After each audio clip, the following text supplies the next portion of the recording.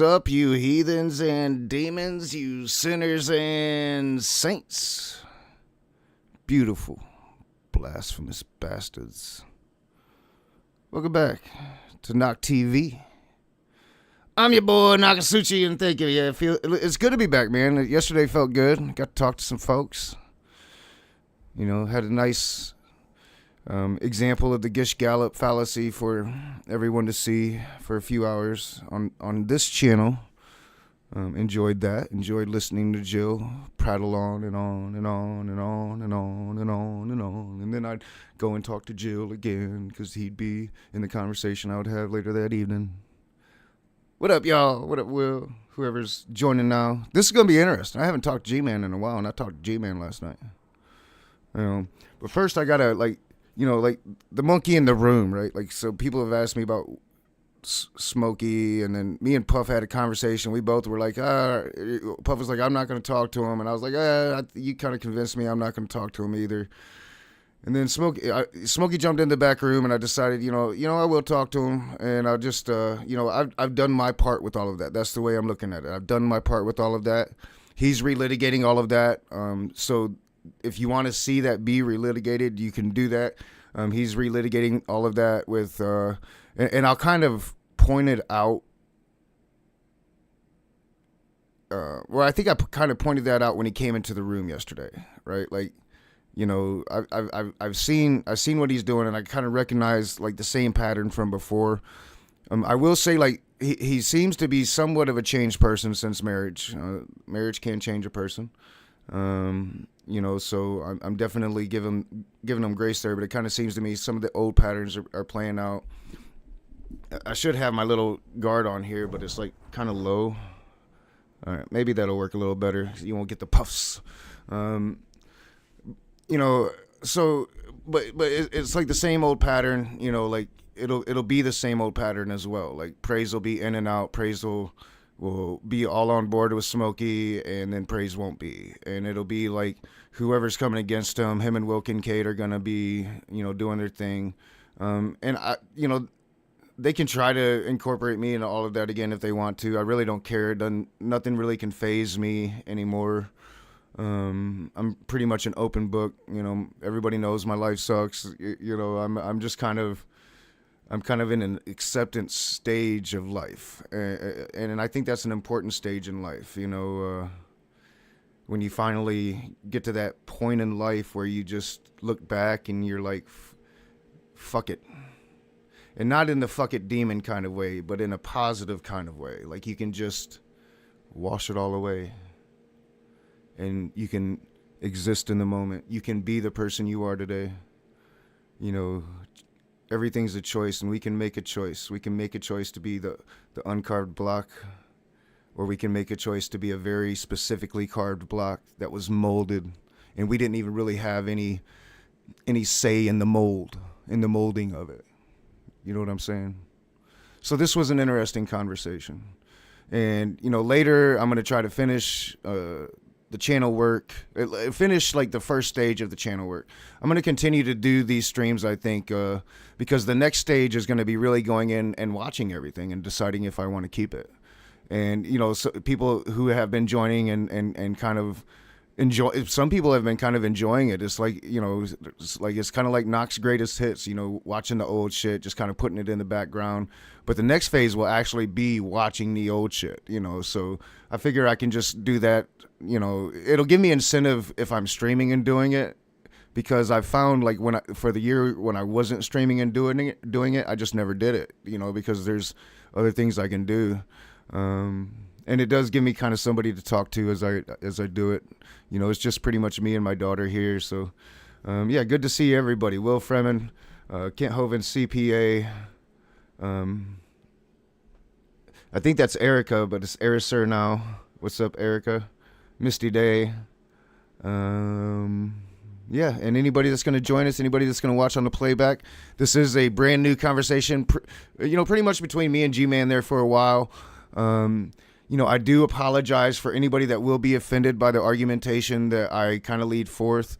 I didn't even really get into the gist of the argumentation because it is a triggering piece of information once you start to wrap your brain around it. Once you start to wrap your brain around it, it can be triggering for the Christian. So I understand that. I don't think G-Man enjoyed the conversation that we had last night, but I thoroughly enjoyed it. I thoroughly enjoyed actually having a conversation with G-Man sober. I think it was the first time. I think me and G-Man have talked 3 or 4 times, maybe 5 times. This was the first time I was ever sober. So I think it went a little differently than he's used to with me. And pardon me, I do still have a rasp. I've always kind of had a rasp. The rasp got better after I quit smoking, but I'm getting over this like crazy thing that's going around Michigan too early in the year. So I do apologize for that, and we'll get right into it. I'm gonna try. I'll interrupt every once in a while. I'm definitely gonna have some things to say, but I'll try to let the conversation speak for itself. While trying to, keeping within the confines of fair use and all, but I really don't think Brett's gonna mind me showing this, so we will get right into it. And then, actually, first I want to start with, and hopefully Midas Touch doesn't get mad. I am gonna later talk about. We need to talk about hashtag Trump is dead. It seems to be trending. Trump seems to have went missing. Yeah, so we'll talk about that later after the conversation with G-Man. But I do want to start with a public announcement. Thank you to the Midas Touch Network.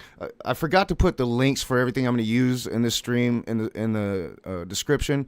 I will do that after the stream, or maybe even before I start like the channel work. I'll do that and make sure Midas Touch Network's link in the description. Brett Keane's link is in the description.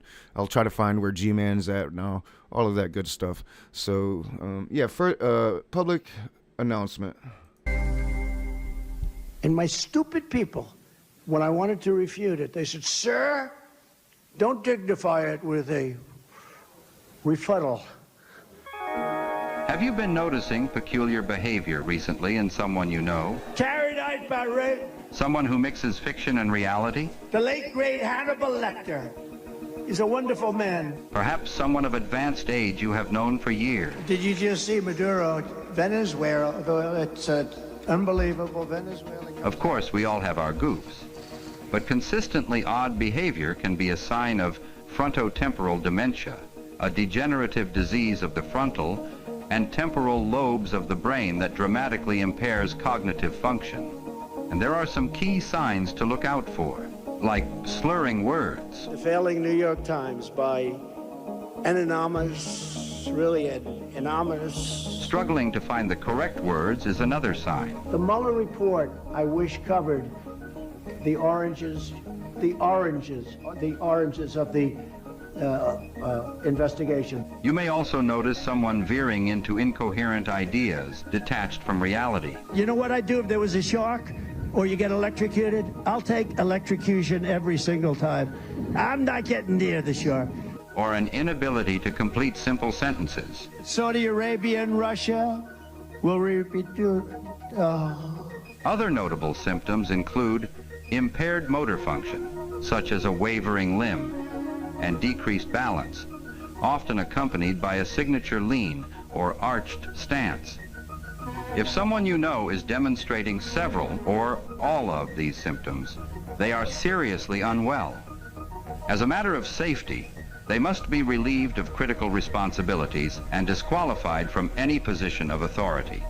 Remember, frontotemporal dementia is a degenerative disease. Cognitive function will never return and will only deteriorate further. Don't ignore the signs. Public service announcement. Find it right here on Knock TV. Thank you to the Midas Touch Network for all the great work they do.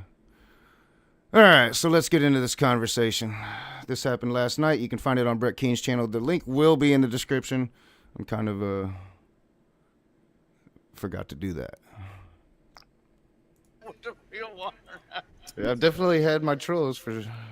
I've had people impersonate me, but no, I'm back. I don't know if I don't know. I'm not the. I'm not like the atheist I used to be, so I don't know if I'm an atheist as you're referring to.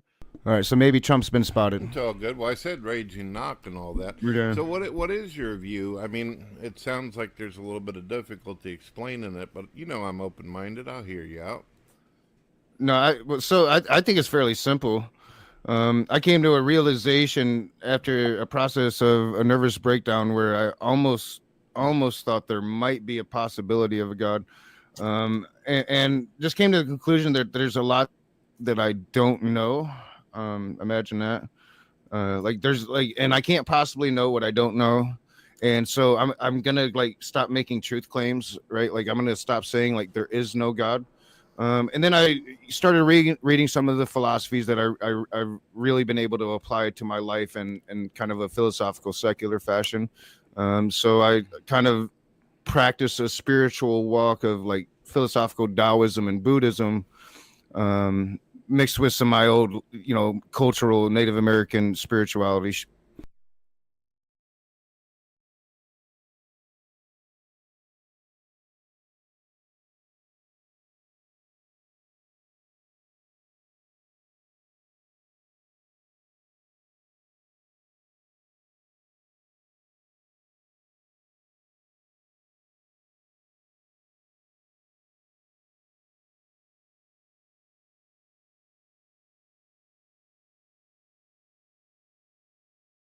Universal Native American spirituality, but philosophically speaking, I still don't.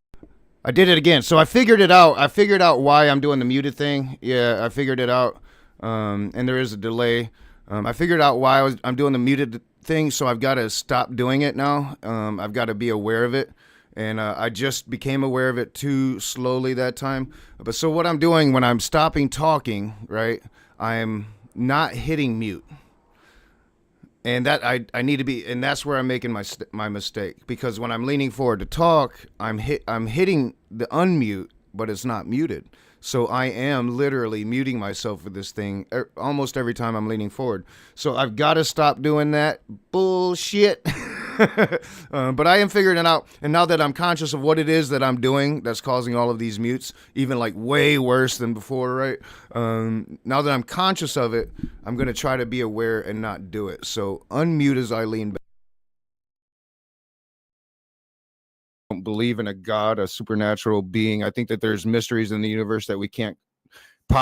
There's mysteries that we won't know about as a species, might never know about as a species, and there's mysteries like that we might discover over the next course of however many thousands of years. But there's an infinite amount of information out there, I believe, in this universe alone, for us to keep seeking for it until we have a better understanding.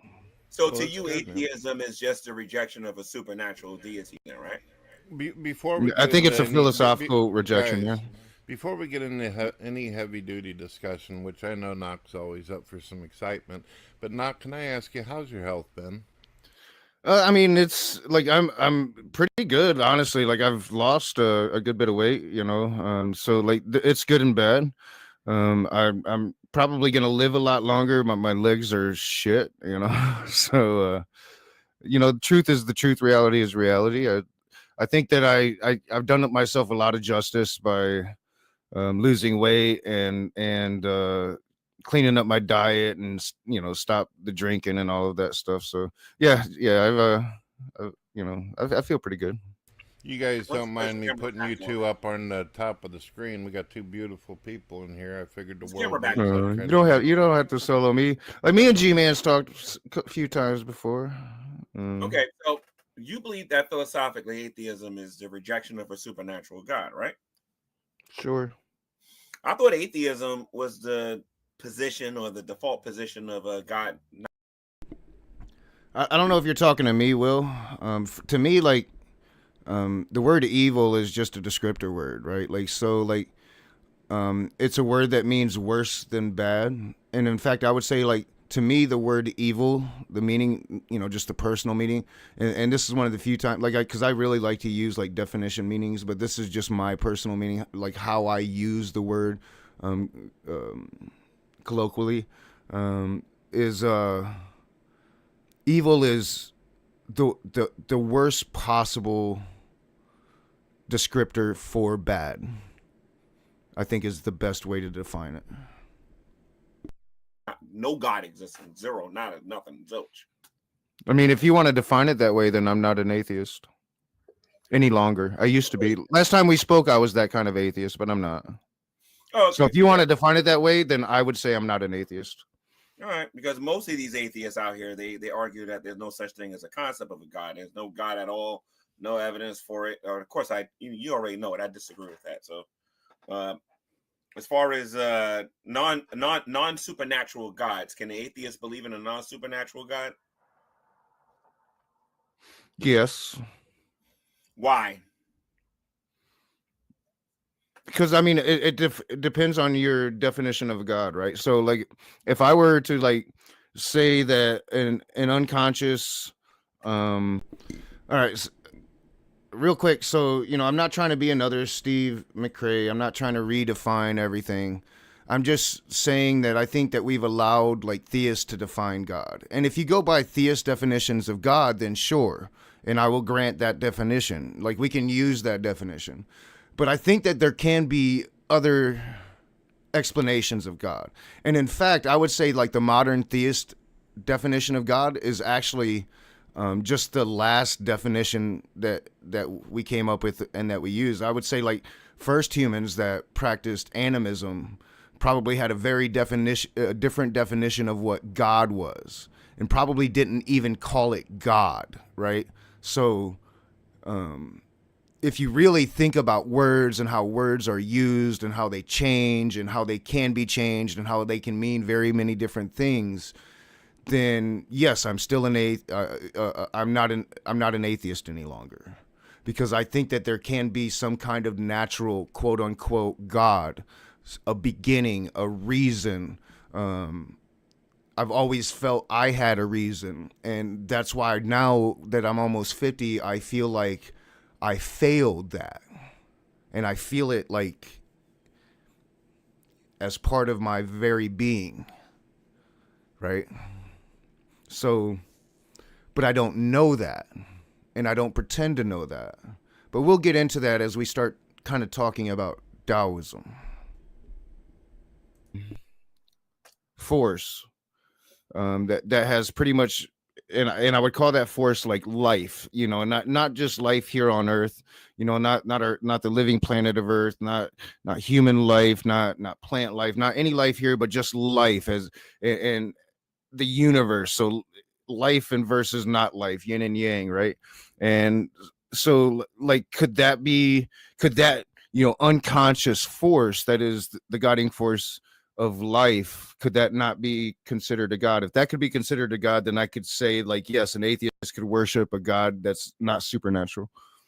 Okay, but the word atheist means to be without, or not atheist. I mean, I guess but it wait a would be minute, the wrong word. atheism is to be without theism.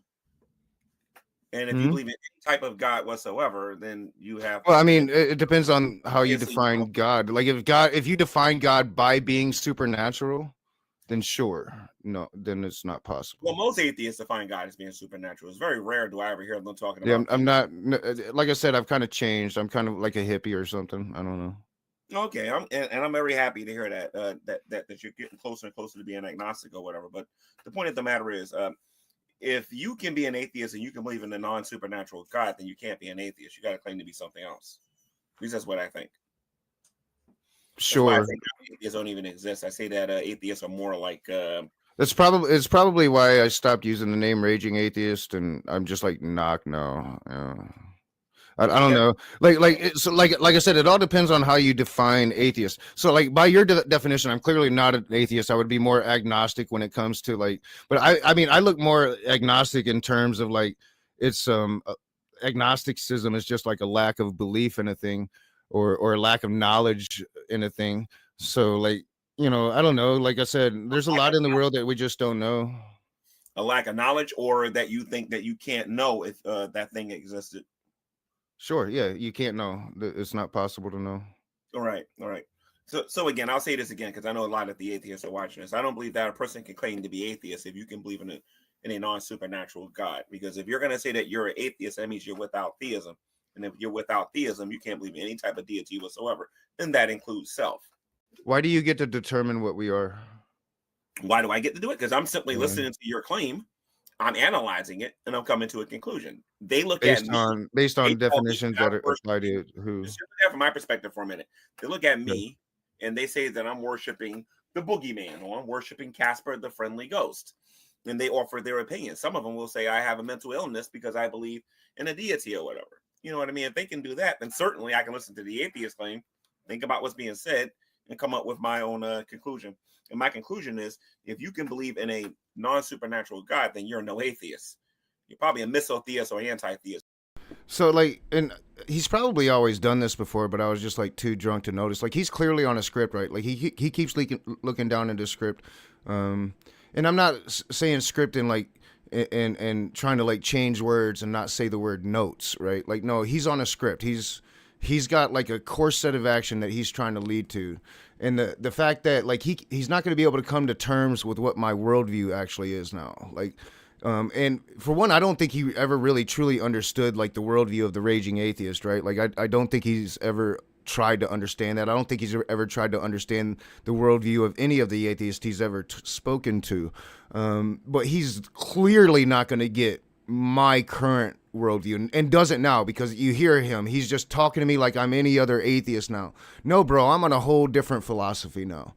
And you're going to, well, you should find that out, but I just don't think he does, you know. And I'm going to try to explain it a little better as we go through it. But you're not an atheist. Well, anti-theist wouldn't have anything to do with it. I think it would be probably more like I don't know, what would be like pantheist, something like that. Like I don't know, like what I'm talking about is like, so there's life and there's non-life, and within that life, maybe there's some kind of, I don't know, unconscious force that's kind of like guiding some kind of thing that I can't possibly know because I'm on this spinning rock, and you know I'm like isolated and I'm surrounded by a bunch of living monkeys that want to tell me a bunch of different things that I'm supposed to believe as absolute truth. But what is absolute truth? Absolute truth is it's the truth without any flaws or anything wrong in it. Is that even possible? Absolutely. In the post-truth era, is that still possible? Yep. I don't think it is. I think it is. I know it is. Prove to me that it's even remotely possible. One scenario. You can't come up with one scenario, fictional or non-fictional, where rape is okay. What's up, John? Where rape is okay? Yeah. Come up with one scenario. One. There's Death Star, you can use Infinity Gauntlet. All right, I just have to say, okay, we're gonna go back just a little bit. I want to say what up, John Hudson, Answers in Stoicism, arguing with Will Freeman. I enjoy arguing with Will Freeman too. And Flood for Thought with Olivia Maynard. Good to see you. Are you related to? No, I don't. No, never mind. Sorry, I'm like Maynard says smoke weed every day. All right, old follower. Never mind. All right. Yeah. Welcome. Good to see you, John. I keep forgetting to like message you when I'm going to do these things, because you wanted me to message you, and I just keep forgetting. It's I don't do it intentionally. I'm just like forgetful. You can use whatever you want. Just come up with. Oh yeah. So I think hopefully I rewinded it a little bit, you know, because he did this to himself, right? I didn't want to do this. I didn't plan to do this. I'm not working from a script, right? Like he's asking me a question. And I'm answering. So, you know, take that as the grain of salt it is.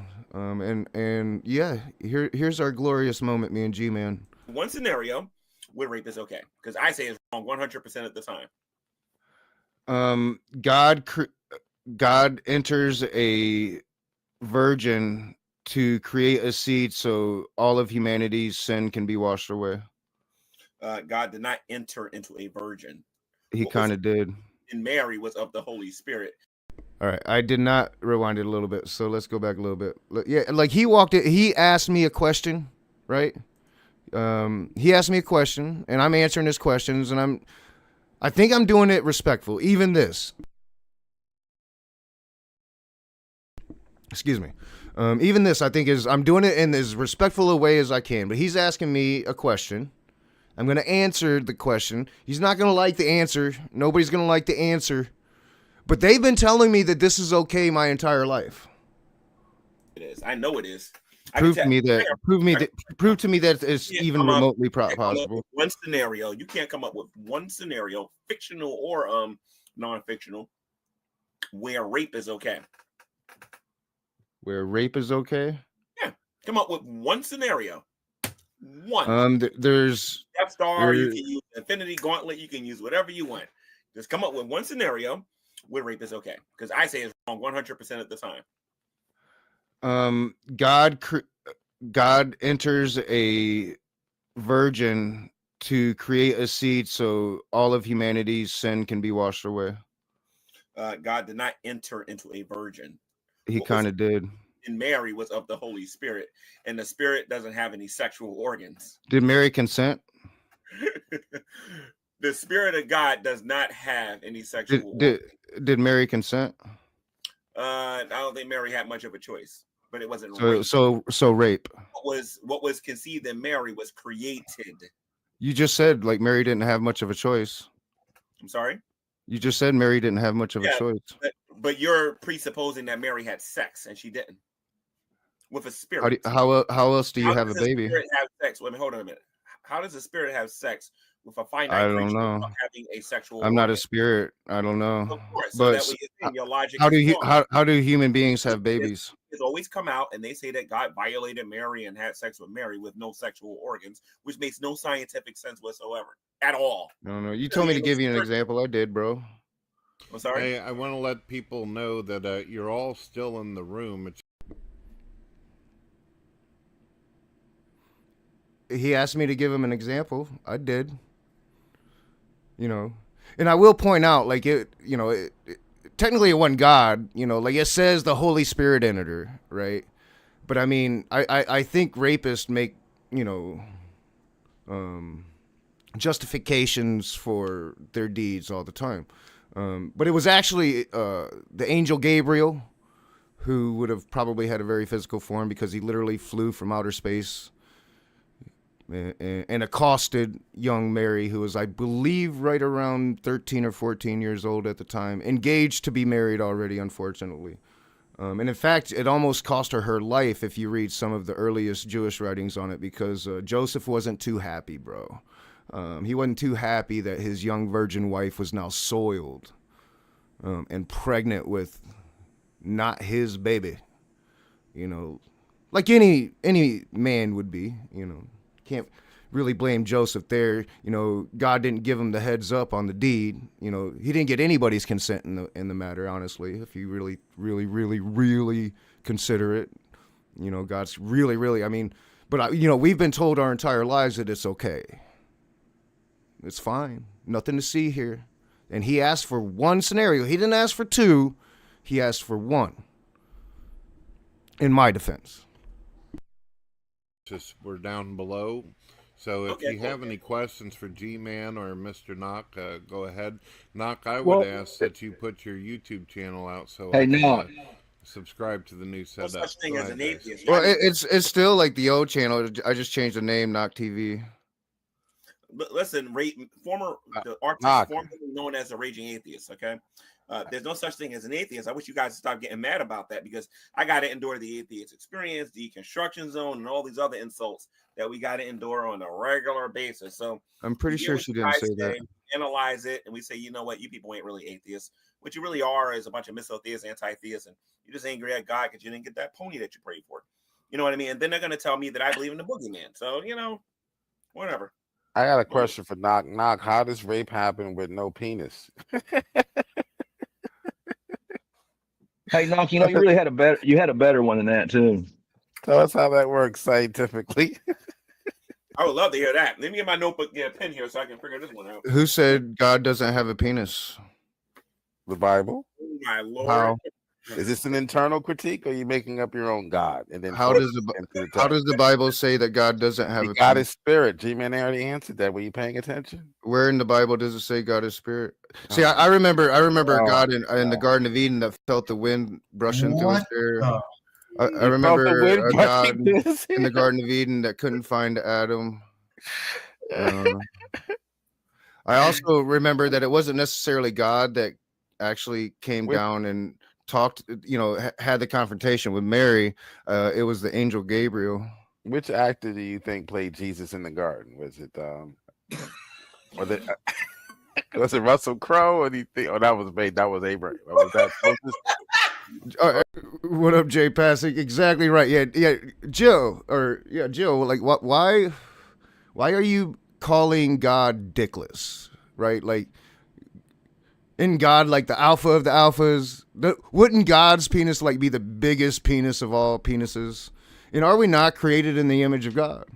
And I mean, and they want to say this because it's the only way that they can like really rationalize their what's the terminology I'm looking for? Their classical theist definition of God, right? Like, it's the only way they can rationalize that this omnipotent God actually exists is if it's some spirit that exists outside of time, space, or whatever the fuck they have come up with, because that shit's not in the fucking Bible. They come up with that shit. But it clearly says, like, God, it clearly portrays God in the physical form, especially in the very earliest parts of the Jewish religion, the very earliest parts of the Torah.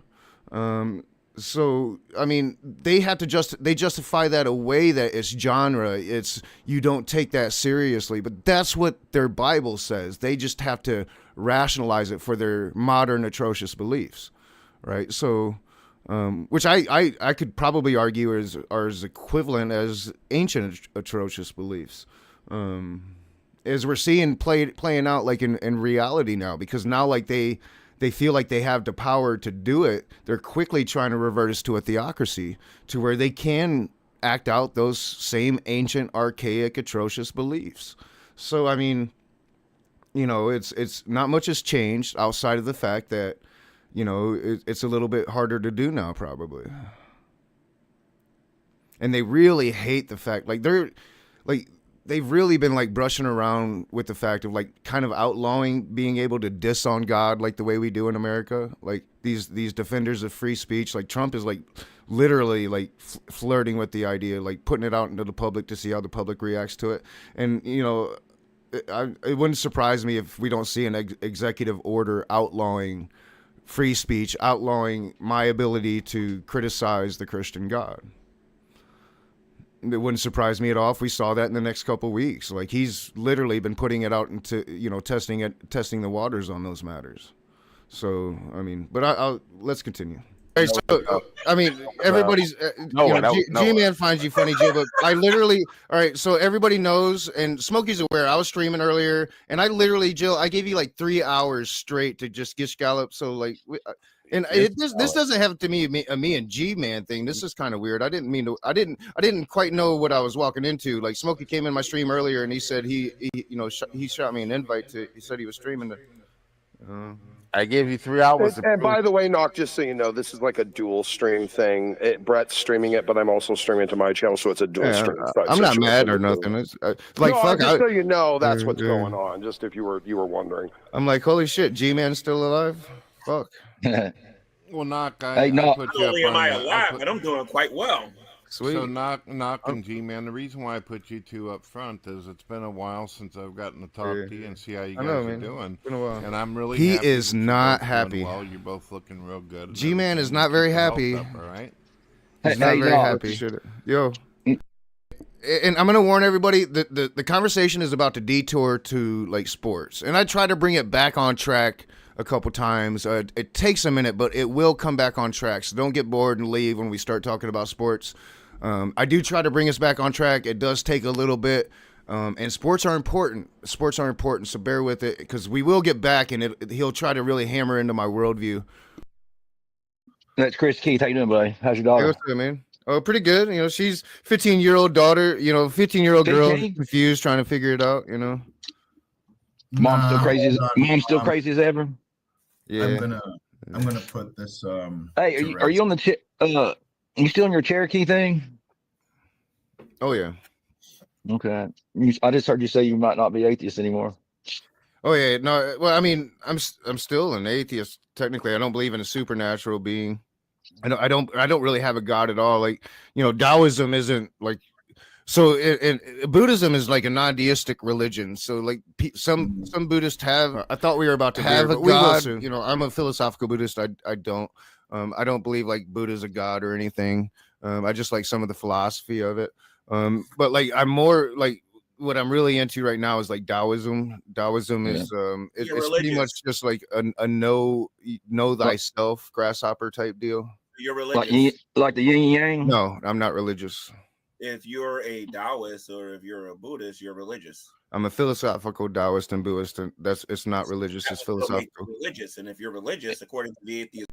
See, don't you just love like when people have no idea what the fuck they're talking about? They try to act like they do, right? Like no idea. Like again, you can Google it. Philosophical Buddhism is probably going to get you your best results. Philosophical Taoism, it's a thing. It's a thing that people have done for a really long time, probably since very near the beginning of Buddhism, which has been around probably longer, I do believe, than Christianity.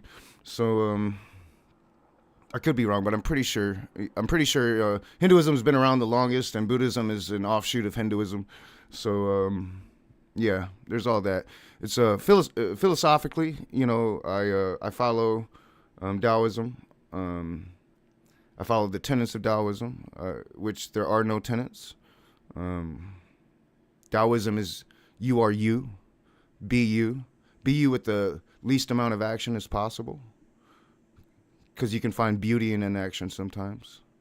You can find peace in solitude. And then when you do act, it's very, very meaningful. It means something. Be the uncarved block. I've spoken of that a couple times. I'll speak of that again here tonight or last night. Now, I guess if there's any tenet to Taoism, and we will be veering off to sports here really, really soon. I thought we were about to do it. And we'll come back, and he'll not understand the concept at all, right? Like, he wants me to be the atheist that he has in his brain. But if there's any in all of this, because if you read the Tao of Te Ching, it's just like, I don't know, like little poems, man. Like, chapter 24, standing on tiptoe, you are unsteady. Straddle-legged, you cannot go. If you show yourself, you will not be seen. If you affirm yourself, you will not shine. If you boast, you will have no merit. If you promote yourself, you will have no success.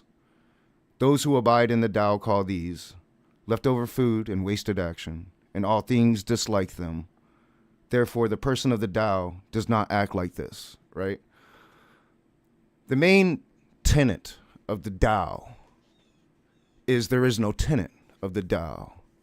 If you claim to put a name to the Tao, then it only proves you know nothing of the Tao, because the Tao is unnameable.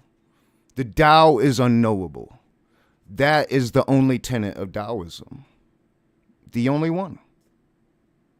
The only one. Community, you have a mental illness.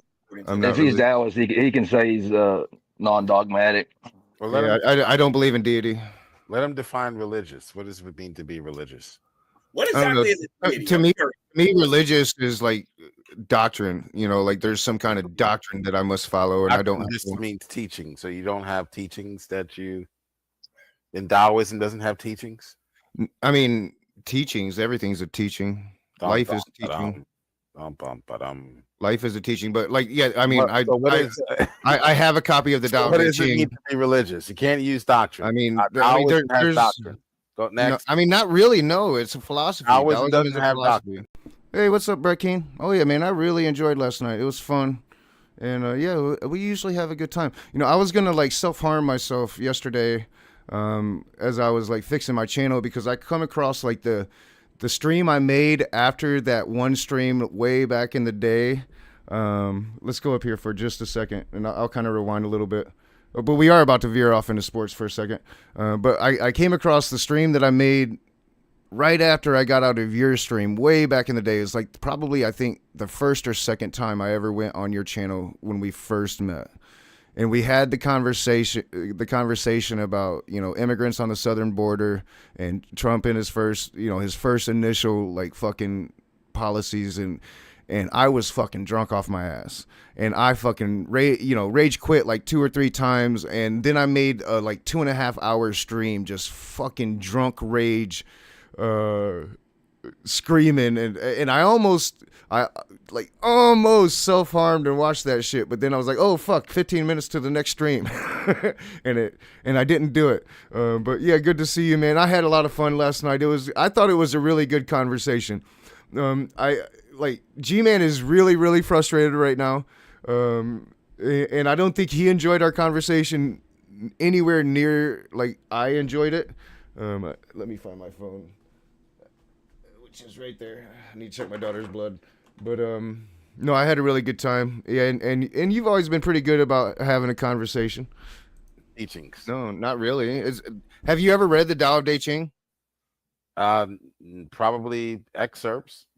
I don't think anybody would call it Tao of Te Ching. And yes, it's not like real self-harm, but like self-harm mentally, watching myself drunkenly. Oh my God, it was going to be awful. Doctrine. They are teaching. So I do apologize if the joke offends anybody. I mean, Lord of the Rings teaches me something. The artist formerly known as a Raging Atheist. Is Arnold Raw religious? All right, I thought we were about to veer. We're not going to veer for a while because I don't see Lowe's face. So yeah, we will veer. But yeah, now we're about to get on this weird like Arn Ra thing. So yeah, okay. And I promised that we would like rewind because I did that whole thing. So let's rewind a little bit.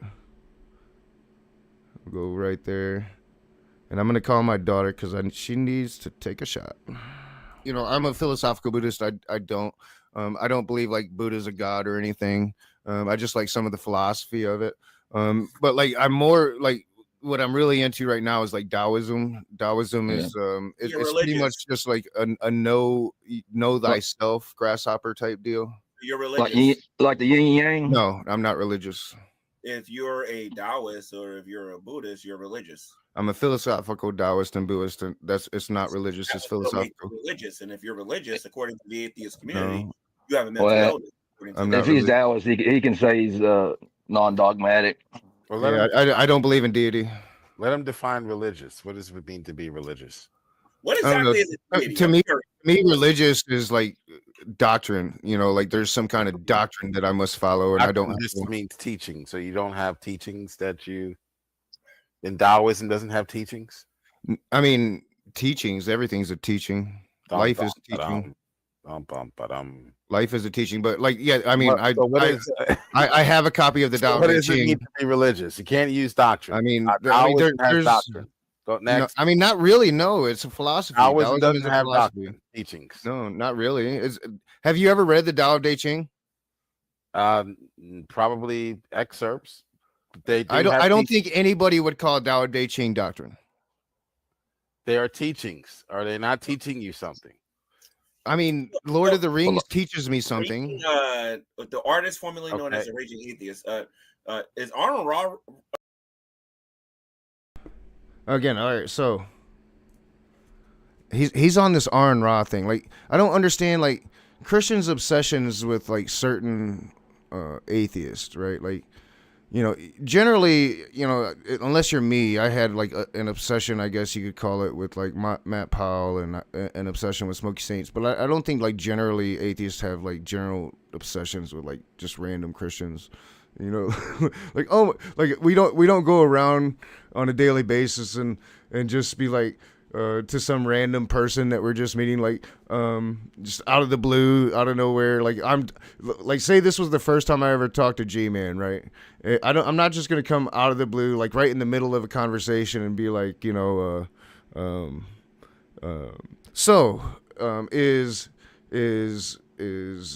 Lao Tzu, is Lao Tzu a Buddhist or is he Hindu? You know, is Lao Tzu Confucianist, I can't think of another philosopher, Chinese philosopher right off, but you get the point. Like, I just don't do that. Like, or even to put it to like a more modern fucking example, like this is our first conversation, and I'm like, and me and he's using like an atheist, and he's assuming I'm an atheist, so I'll use a Christian because he's a Christian, and just be like out of the blues. So like, like, what do you think about like Matt Powell's what do you think about Matt Powell not going to like a theological school and calling himself a preacher for the first 2 years he was on YouTube? Right. And that would be unfair, right? That just wouldn't be cool. Maybe you never even heard of Matt Powell. Maybe you don't know that Matt Powell went around calling himself a preacher when he wasn't. Maybe you don't know that about Matt Powell. Like, it would be very unfair of me just out of the blue, like, just bring some fucking random name into the fucking conversation. But fortunately for you, I do understand that I do have an understanding of Aaron Ra. He's commented on me a couple times. We've had a back and forth, and we've actually spoken a couple times in person. I actually enjoy him. I don't know much about his conversion to Satanism. That'll be a topic. I'll have to find out more. But like, when it comes to like, again, the Tao of De Ching, like, there is really no doctrine outside of you cannot know the Tao, right? Like, if you try to know the Tao, then you're wrong, right? Again, and we'll just flip to another random, and nobody would disagree. Like, anybody that understands Tao, like, there's a couple other like major books, I guess you would call it, but this was the first, this was the oldest, this is by Lao Tzu, and like, we'll go like 10, we'll make it an easier one, a shorter one, 45. Great perfection seems flawed, yet functions without a hitch. Great fullness seems empty, yet functions without exhaustion. Great straightness seems crooked. Great skill seems clumsy. Great eloquence seems stammering. Excitement overcomes cold. Stillness overcomes heat. Clarity and stillness set everything right. I mean, I guess you could see that as religious doctrine, but like, I don't. It's not. It's like poetry. It's philosophy. It's like, you consider it, and you can like, you're like, man, yeah, that's. All right, let's think about it. How does that apply to my life? Like, how can I apply that to my life if I think that that's something that might be important? Like if I like the sound of that, and maybe I can become that, because today I can make a choice. I can make a choice. I can make a choice to start carving a new block, right? And we'll speak of the uncarved block later. Religious? No. He kind of is. LaVeyan Satan. A LaVeyan Satanist is, I would say probably not. I don't know. I don't know enough about it. He's religious. Well, I put a video up of Aaron Ra admitting. I don't know enough about it. I've got a video on my channel where Aaron Ra says he's a Satanist. Well, I just don't know enough about that form of Satanist to determine whether or not it's a religion. My thing is this, though: if Aaron Ra is a Satanist and he's religious, how can he be against religion? Well, I'm not granting that he's religious. I just don't know enough information. Richard Dawkins is a cultural Christian. I mean, I could say I'm a Calvin Johnsonist. Does that make me like a follower of a Calvin Johnson religion, or do I just think like Calvin Johnson is Megatron? The philosophy and the teachings of sure. The point is, Aaron Ra is a. All right, it was my fault. And I forgot to do this. It was my fault, though. I am the reason it veered. I see it now. I didn't realize it at the time. I am the reason it veers to football. I'm the first one to make the football comment. I am. It's my fault. So I do apologize. It lasts about 10 minutes when it starts. And you'll know it's about to start soon because Smokey Saint's going to get back in the room, and you're going to, but it's not a Smokey Saint avatar. It's Lowe's avatar. It's his wife's avatar.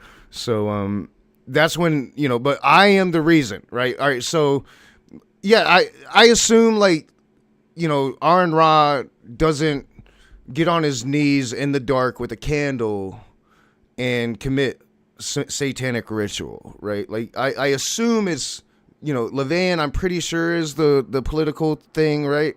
But I just, and especially in the moment, now I'm a little more affirmed on it. But like, yeah, I mean, it's just like, all right, not enough information about this. Why are you asking me about Aaron Ra?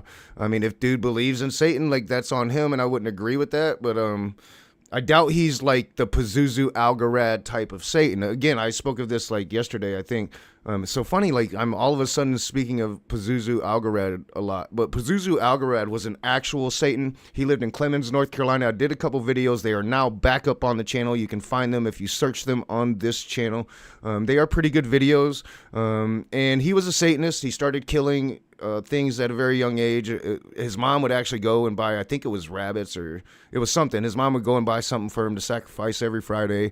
And eventually that led to him killing a human being. And he filed his teeth into like fucking fangs, all of them, and didn't take showers. And it was really, really nasty. And he was like in the next town over at the same time I was growing up, like, and I never even heard of the dude until I made videos on him.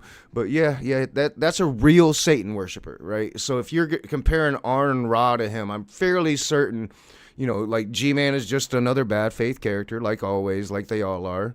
And I'm finding that out sober this time, which is refreshing. A lot easier to combat that bullshit when you're sober and you're not drunk off your ass. Satanist, a Levian Satanist. But is he a Satanist that follows Satanist dogma, or is he a Satanist more of a political statement? I don't know. I don't know enough about it. I'd have to get more information to give you a definitive answer. By Aaron Ra, for him to sit there and say that, you know, I'm against religion while being religious. Do you have like some kind, like, why do you not like Aaron Ra? Because why do I don't like Aaron Ra? Why do you not like Aaron Ra? Aaron Ra attacks Christ all the time. So why should you not like him? Does he attack you all the time? Me? Yeah. Aaron Ra knows better. He knows I crush him. I mean, but does he attack you all the time? Aaron Ra wouldn't dare. I would crush him. Then why do you hate him? Like, if he doesn't dare, you know, attack you, I mean, clearly he respects you. Why do you hate him? Did he ever say he hated him? No, he doesn't respect. Well, he's showing like mad disrespect for this dude. Like, I mean, I don't know. I don't know. Maybe you don't. Maybe you don't. Maybe hate's a strong word. Why are you asking me about Aaron Ra? Like, aren't we having a conversation? Oh, the reason why is real quick. Hold on, you can renounce atheism. Gentlemen. I haven't renounced atheism. All right. Who renounced atheism? Aaron Ra? I think secretly you have. Me? Gentlemen. I mean, Ronan, what are you trying to share on the screen? Oh, I thought we were still on the topic of, you know, the virgin birth. So I thought I'll go look into Luke 1 and share this. Well, you gotta let me and Smokey know so we can do that for you. Well, I'm really sorry. Yeah, he is like so mad that he cannot stay on his script. Like, he is so fucking just pissed. Excuse me. He's not enjoying the conversation, and you know, it's all good though. Like, hopefully he gets all the help he needs mentally and everything, and you know, hopefully he's in a really good spot. Is Dragnot still around giving him hell or not? I'm not sure anymore about that. I assume, like, because Dragnot always said, like, once he got his degree, and I think he'd probably have his degree by now, like, he'd stop doing YouTube. So I always assumed he probably did that. But you know, like, even if Dragnot stopped doing YouTube, you know, he still gives G-Man hell. You know, every once in a while, Dragnot will just show up and be like, "Who's going to jail?" I didn't mean to just float around. No, that's all good. I think we got a lot of people. You got to understand, we got a lot of people backstage right now, and it's hard to be able to see it. So you got to give me, like, if somebody wants to share something, you got to let me know, because there's so many people in the room right now. Let me see. We even got some other person here that just popped in. Hello, Victor. What's your story? Same person, not. Yeah, it's the same person. You hear the same background. Yeah. Do you need room? I could leave. Your what hurts? I said, do you need room? I could leave. You do. Your what hurts? No, you're good. That's the like thing Brett's pretty good at. The little quips right out of nowhere, like your what hurts. That shit always makes me laugh, man. You can hang out now. It's cool. Are you going to participate in the conversation? Try to. Well, get in there then, guy. What are you doing? You know that when G-Man and Knock are in here, they're the rulers of the world. You got to get in there if you got something to say. Hey, Knock, what about Detroit last year? Man, I'm excited about I Detroit. thought about Oh shit! So I'm wrong. Shit, yeah. So I'm wrong. So, excuse me. It was Chris. And you guys, Chris was part of that whole Smokey crew. Pretty good guy, like really deep Southern guy. I talked to him a few times. He's like of all the like people that was over there in that hemisphere, he was always the one I liked the best. I think I really enjoy Chris. He reminds me of North Carolina. I'm not quite sure. I can't remember where he's from, but Chris always reminds me of North Carolina. He's the one that brings up Detroit Lions, and if you bring up the Detroit Lions with me, like 5 years ago, it would have been a very short conversation. Yeah, we might have like the best wide receiver in the history of the game, but like we're never gonna do nothing. Or like 20 years ago, I could have said like, yeah, we might have like the best running back in the history of the game, but we're not gonna do nothing. But now it's gonna be like a 10-minute conversation, so yeah, bear with us. But I was wrong. It wasn't like Lowe coming on the screen and starting it up again. Lowe's just really loves sports, and so we can actually have a sports conversation. Yeah, I do apologize for that if you're not a sports fan, but I do promise G-Man doesn't get so mad that he has to leave until later, and he doesn't do it loudly this time. But we will get back hammering at my ideology. Like I'm not the same kind of atheist anymore. I'm not the same kind of human being, man. I'm just different. I've had experiences. I've lived like true poverty now. I've truly faced like homelessness in the face. I've faced homelessness with your child in the face. It was pretty bad. I was out of options, man. And I sent up a prayer to the universe, dude, and the universe answered me. It's not God, it's just family. My family came through. Family comes through sometimes. And yeah, man. So yeah, I'm a different person. I'm not drunk no more. I smoke a completely different kind of weed. It affects me completely differently. I'm a completely different person. I don't smoke cigarettes. I'm a lot healthier. I've really been exploring philosophy, thinking about shit. Trying to be more stoic, trying to be more Tao. I'm a different beast. And G-Man, he don't know what the fuck to do with that, bro. Yeah. I think this is our year, man. I think our defense is going to hold strong, and I don't think it's going to. It might be real quick. One quick stop, and I'll try to let it play through most of the sports talk. No, I'll try to catch some of it, but I'm going to be helping Marty tonight. Marty's setting up her channel, and I told her I'd help her. A quick problem until they figure it out, but I think our new coaches are going to do us proud, and I think we're going to win the Super Bowl, my man. I feel you, man, but it's Detroit. I know, but man, our those two running backs, and if our defense stays, just think about last year. Like if our defense stayed strong, we'd have won the Super Bowl. Nobody could fuck with us. I don't like bullshitting people to freak. I tried it a couple times. I don't like bullshitting people. I don't feel good about it. I wasn't sold at first, but it's definitely proven to be an upgrade, I think. Yeah. Hold on. Is this the actual Smokey? No, it is. Yeah, no, it is. It is really. Are you from Detroit, Rage? No, Rage is big Tigers. Big Tigers homer. I live in Battle Creek, Michigan. I was born here. I was raised in North Carolina. Yeah, Doubting. I spent most of my childhood up until my 20s in North Carolina. Oh, that's right. You used to work for the cartel in Battle Creek, right? In North Carolina, I did. I didn't work for them. I just sold them guns. Uh-oh. Will Kincaid. No, don't bring it up. All right, so I'm assuming there like, it was probably like an ice cream cone thing. It's, I think like Smokey and Will probably got together and realized, yeah, Knox like kind of a different beast. How are we gonna handle this thing now? And I mean, they can do whatever they want. I'm not here to have meme wars. I'm just here to have conversations now. And really, like, I mean, I'll just not talk to them if I feel like I need to go there. It'll be easy. Like I usually don't talk to sexual predators, so I mean, it wouldn't be very hard for me to do that. But I'm assuming like Will posted a meme there, and it doesn't bother me. I don't care. I've seen it all.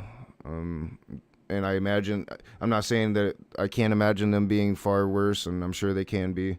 But I mean, it'll just be like a complete end to the conversation on my end. I'm not playing that game again. I've already done that. I've already litigated all of that. I feel like despite the drunken buffoonery and the descent into mental illness that I think I played out for everybody to see, you know, I won that war. I won it. I won that war. You know. He stole the drug cartel's guns. Our starting QB this year, I'm just gonna kill myself. I really am. This football season's gonna suck. You know, I still have that stream where Will, me, Midnight, I'm gonna be the one who's bored this Smokey, fucking we're just season talking altogether. about it for 20 minutes. I kid you not. It's like one of the idiocy archives that I have there. That's for shits and giggles. I mean, I don't necessarily know what you're referring to. I don't really look at much on them in these things. But like for real, like y'all really can't bother me anymore. I'm kind of beyond all the bullshit. No, I heard you talking about it on the channel. Not the worst thing I can say about you is that you have a shit football team. We are going to win the Super Bowl. We are going to win the Super Bowl. Who's your team? Lo, so no, this is important. This is more important than anything else. Lo, who's your team? Saints. I've been a NOLA fan my whole life. I don't understand it. Like, why do you even care about us? Because you suck. No, we kick ass, man. We're like America's team now. Really? Yeah, like. All right, I'm surprised. Real quick, and I'm like, we'll get through the. Oh, it's really loud. I was like, we'll get through the like fucking sports part real quick, but I just got to prove a point real quick. All right, like maybe she just doesn't know. Like Detroit Lions are hot. Like if you on YouTube, all the people that talk football on YouTube, the whatever they call it, probably football tubers or whatever, football tube, like they're all looking at Detroit now. Detroit is the hottest shit. Most popular football team in the NFL. So it's always going to go to the Dallas Cowboys, are widely considered. Let's get to the actual stats though. If it's going to do like recent. If not, like you can look up the stats. Yeah, so this is all old shit. You can look up the stats, right? So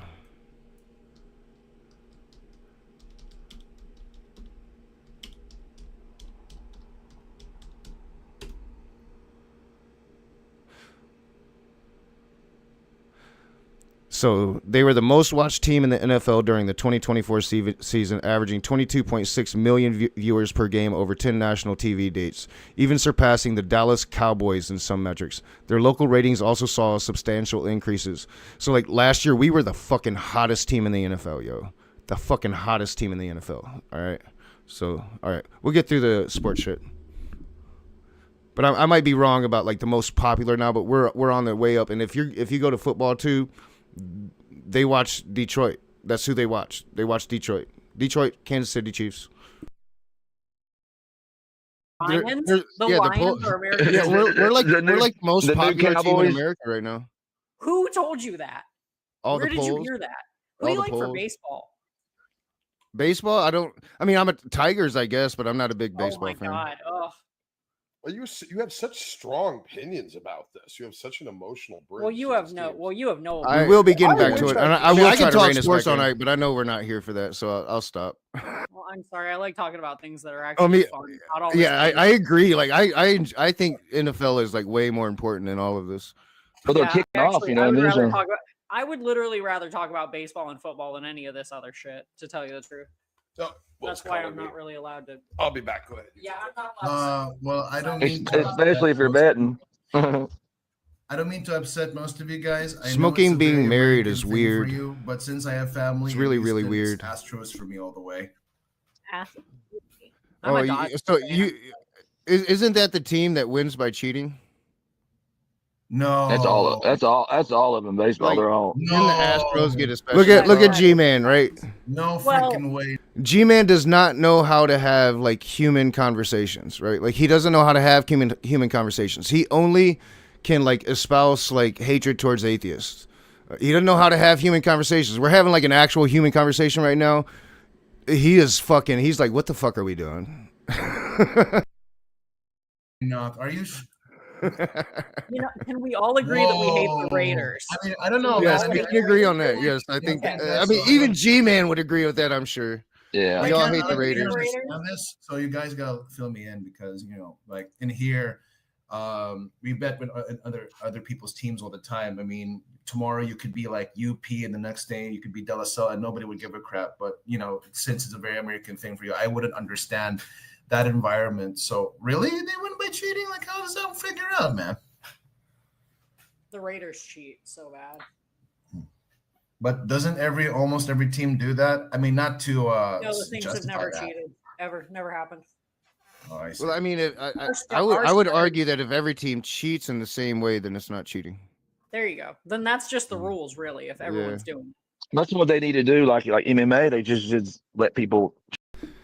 Yeah, and that's like our political process real quick right now. Like, Democrats got to start playing by the same rules, right? Like, and I just hope it's not too late. Like, we were literally screaming this, like they're going to start stealing elections, man. We've really got to like hammer home some like, we've got to like really secure our election. They didn't do shit. They were like, it ain't going to happen. If one side is going to cheat and the other side's not cheating, and the side that's cheating isn't getting penalized for cheating, then it's time to play by the same rules. And if both sides are playing by the same rules, then I guess it's no longer cheating. So we better damn well be assured, like once we do get power back, if we're ever able to, that we do the same exact fucking things to them. We make them know why you don't do these things. Because if you don't make them know why you don't do these things, then they'll just do these things again. Jews, Oh yeah, I agree. Like, I don't think that there should be any asterisks in like when it comes to like Barry Bonds or whatever. Like, if everybody's doing it, if your pitchers are juicing and Barry Bonds is knocking it into like outer space, like he probably deserves the whatever comes along with They that. need to give Pete Rose.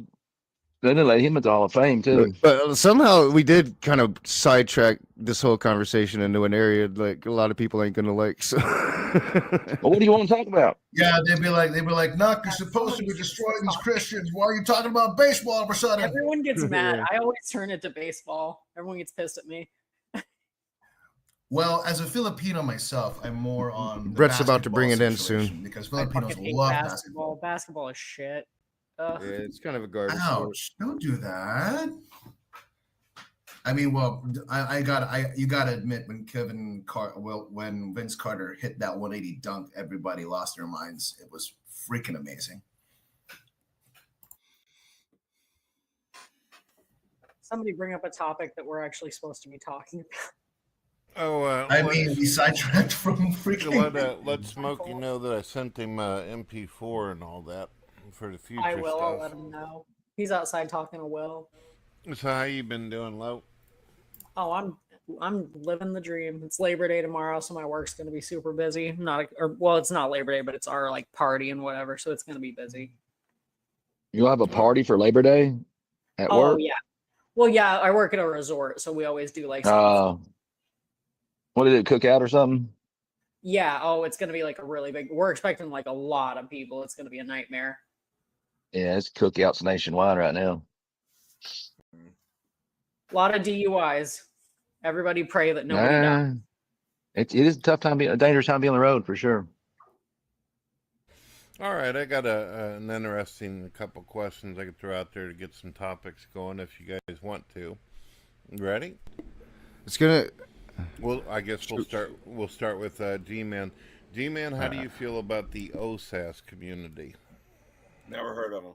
Who are they? Basically, once saved, always saved, no matter what you do, kind of thing. Steven Anderson, Matt Powell. It's usually, and that's a lie. G-Man been around forever. He's heard of OSAS before. He just doesn't want to talk about it. Tied to like deeply fundamental evangelical movements. I don't know if this is the appropriate place to talk about this topic. I think it's a very appropriate place to talk about. Well, it's just they promote OSAS. It's like once saved, always saved. So like I had a conversation once with Matt where I talked about like I used to be a Christian. I grew up to be a Christian. He doesn't think that I wasn't a Christian, that I was never saved. You know what I'm saying? Because if I had been saved, then I'd still be a Christian. You might want to ask Jill this because, like I said, I don't know. That's more kind of ifs ass. I don't know. That's your view on once saved, always saved. That's how it was explained to me by you're right, but a lot of times the OSAS will make a distinction on apostasy. You know. Could I chime in? Sure, go ahead. So I do believe the once saved, always saved doctrine. However, where I'm a little different from everyone else is I believe the vast majority of people who claim to be saved were never saved. Maybe they had an encounter with God. Maybe they were trying to get close to God. But I definitely think if you've left the faith, you were never saved to begin with.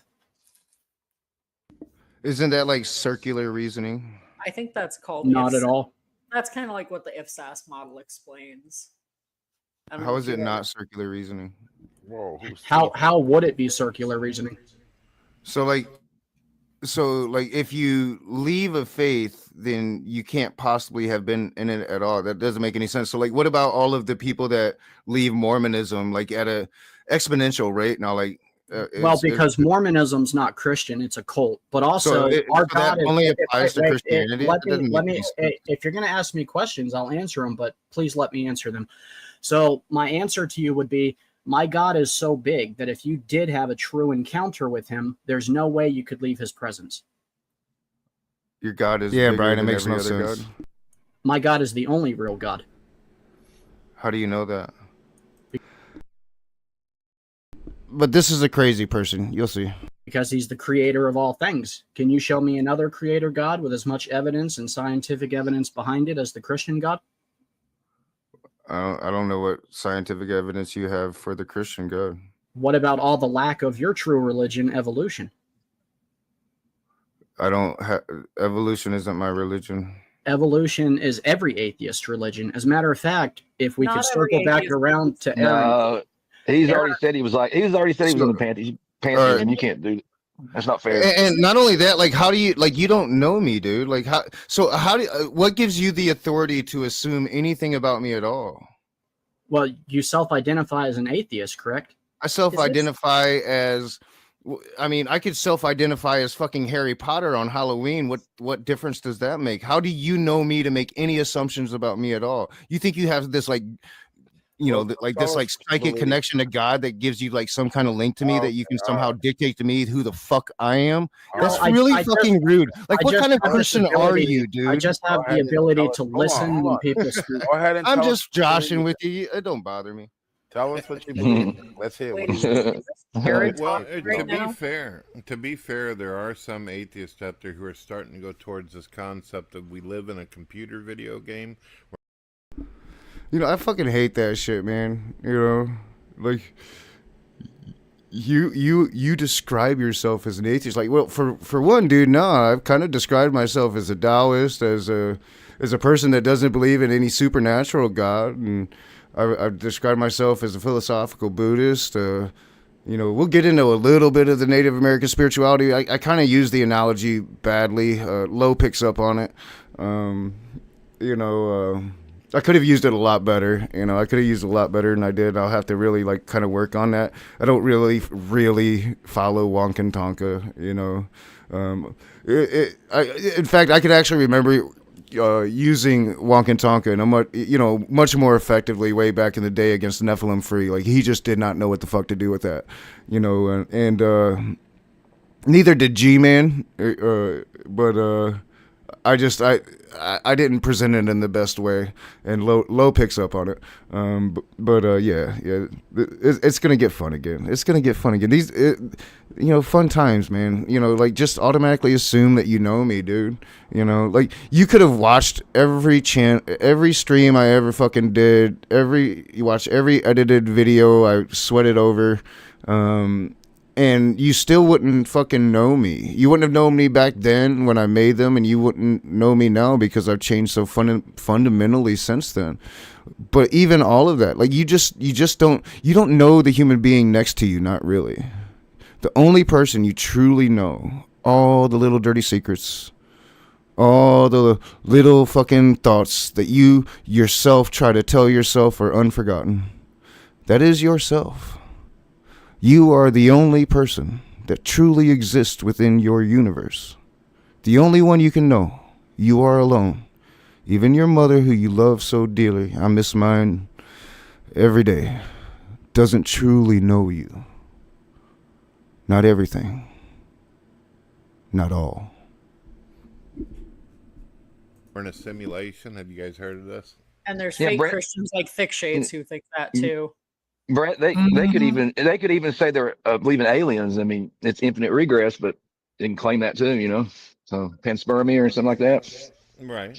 All I'm simply saying is I could sit here and like dictate like all Christianity is like this fundamental evangelical bigotry fest, right? Like I wouldn't be accurate with that. Like, it's like this big spectrum of humanity is what Christianity is, and it's the same with atheism. So don't presume to know me, and I won't presume to know you. What you believe then, instead of going on a rant about someone assuming what you believe. Jill, I've listened to you for 4 hours today. I'm right, and I'm asking you to speak. What do you believe about God?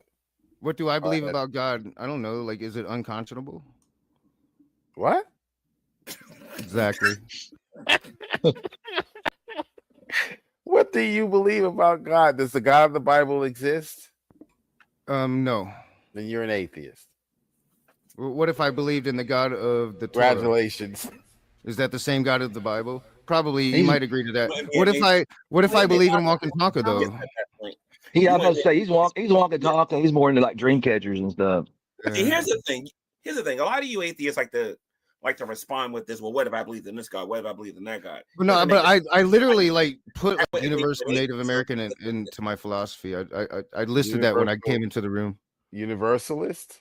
Universal Native American spirituality is walking Tonka is the great spirit. He's the creator of the universe. Is that a topic? Did you say you believe in a deity?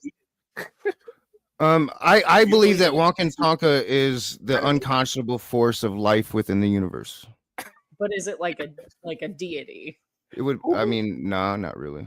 Wonka Tonka. And here I'm actually doing what I bitch about. I'm being unfair. I'm stretching things, right? I'm being a bad faith actor right now. I'm doing what they do, right? I'm making truth out of untruth, right? So Wonkin Tonka in the spirituality is the great grandfather, right? In fact, the oldest of all grandfathers, creator of the universe. That's true. I guess you could look at it that way. Different tribes really had different creation stories. There's like a lot of different creation stories within Native American spirituality. In a lot of ways, Legend of White Buffalo Calf Woman is a creation story. So like there's just so many different ones. Like there's one tribe, I can't remember the name of the tribe, but they think that we come from a parallel universe that was flipped upside down. So right, like time ran forward and then the universe flipped upside down, and our universe was created and made, but it's the opposite, right? So everything's opposite. So we have this mirror universe that everything's already been played out, and now we're replaying it. Right, like it's like just phenomenal fucking creation stories that like are like blue, man. That's like way better than like God blew breath into fucking universe and there was light when there wasn't light. Man. Like, did God come with the strobe light? Like, none of this makes any fucking sense, man. You know, like there's a lot of different but like Wonkin, I don't believe in none of that supernatural bullshit. Like, to me, like if I were to and to utilize Wonkin Tonka in this way, it would be to like break that fundamental tenet of Taoism, which is to put a name to Taoism is to just show that you don't understand the Tao. Like, the Tao is unnameable. The Tao is unknowable. So yeah, I am doing what they do. I am being a bad faith actor and stretching the truth. One of the handfuls of non-believers out there, at least, who stated that you do believe in some kind of spirituality, some kind of force. I mean, if you hold to the Indian beliefs and you hold that there's animal spirits and even some form of reincarnation, or do you go with a different faction of Indians? It's basically like, I don't know. It's kind of an amalgam of Black Elk, a little bit of Cherokee, and a little bit of like basic Lakota.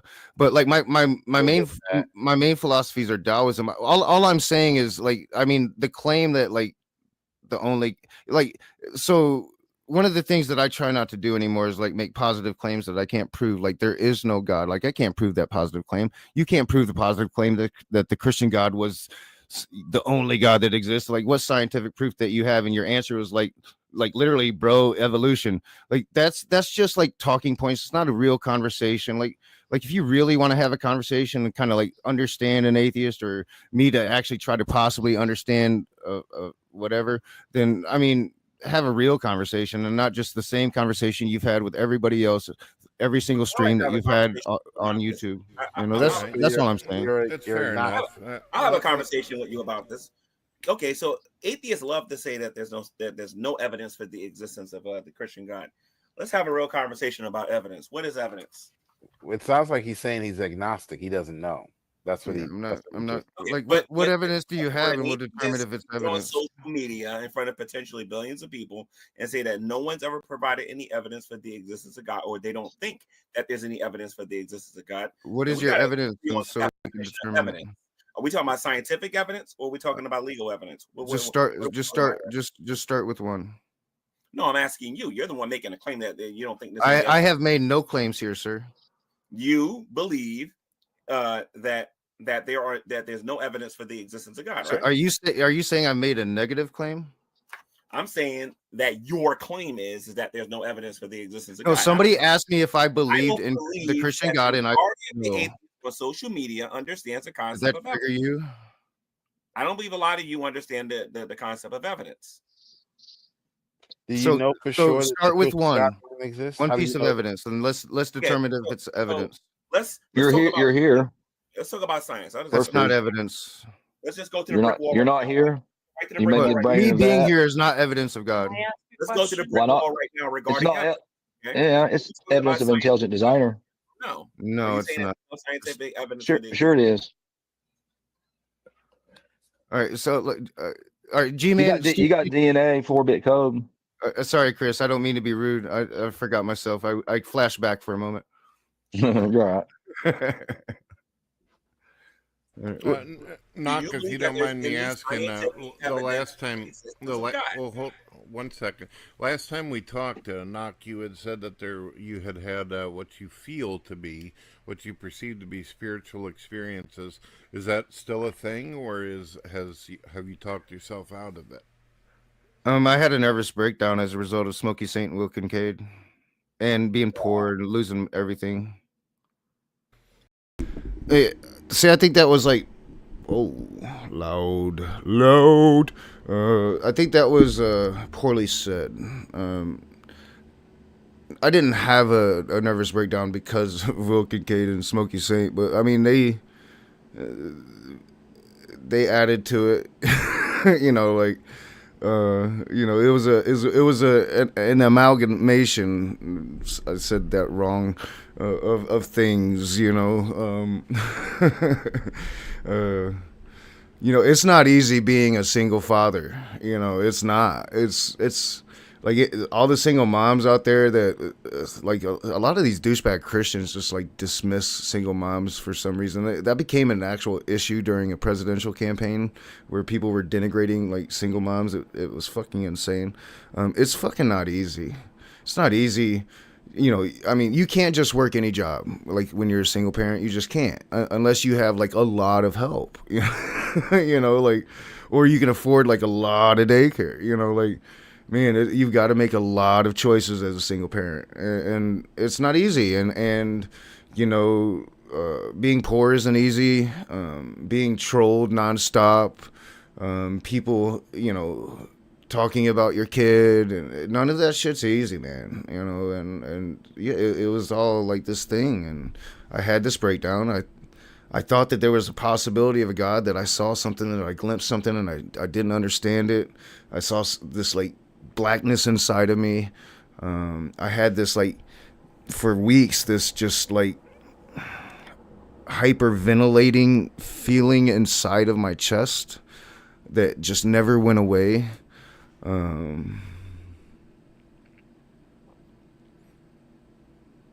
It was awful.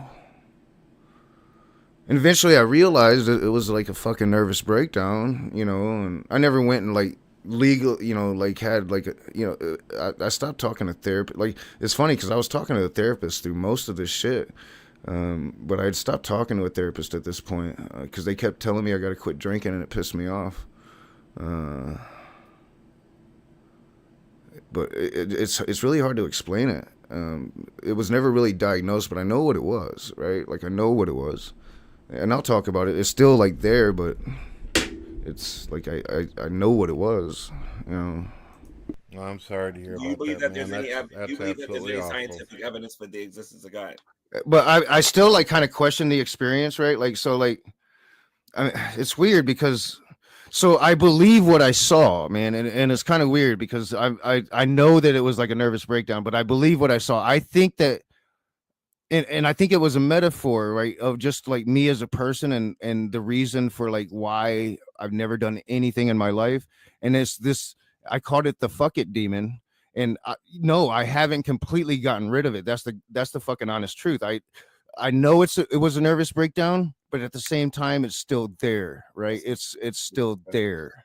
I believe it's you. it's hard to describe. If there's any scientific evidence for the existence We can describe it. We can describe it from. I'm sure you can, but I'm just being an honest interlocutor right now. So I'm sure you tried to take advantage of that, but I'm telling you, it's not like, I know it was a nervous breakdown. We believe you, but at the same time, I think a nervous breakdown can still be real, and you should take your lessons. And you know, the fuck it demon. Like, I'm trying to defeat it. It is a demon.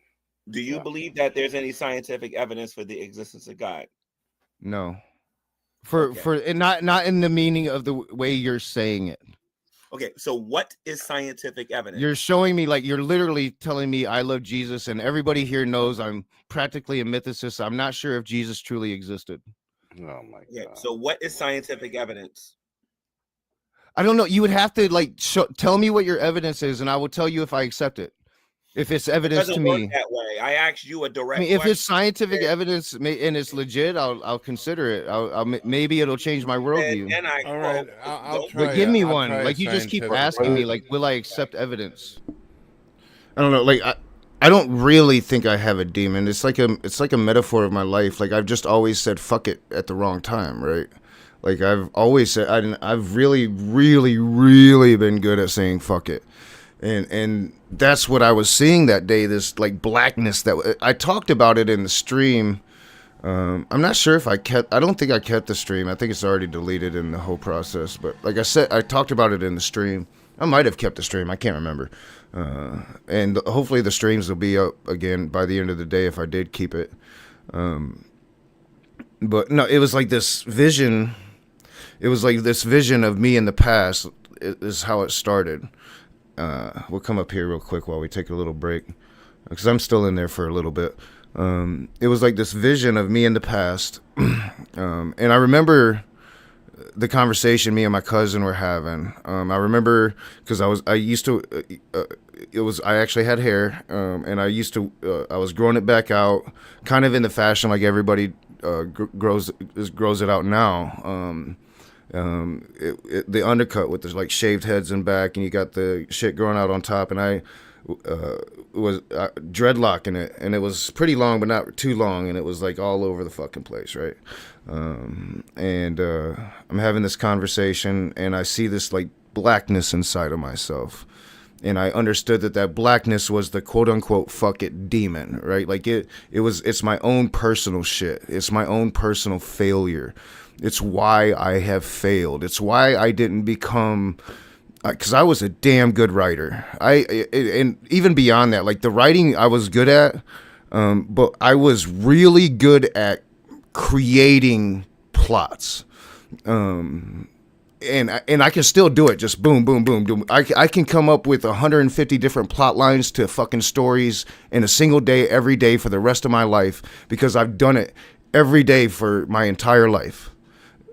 It just does it naturally. It's doing it in the background now. It just does it naturally, you know, and that's what I'm a fucking genius at. And I've never done anything with it. Never even really tried. You know, like I became like this pseudo famous poet there for a while. I've won some like writing contest and shit. I've published in a few magazines some of my stories. But, you know, like fucking even most of those like fantasy magazines that I was publishing back then, they're not around no more. You know, so it's like I didn't do nothing.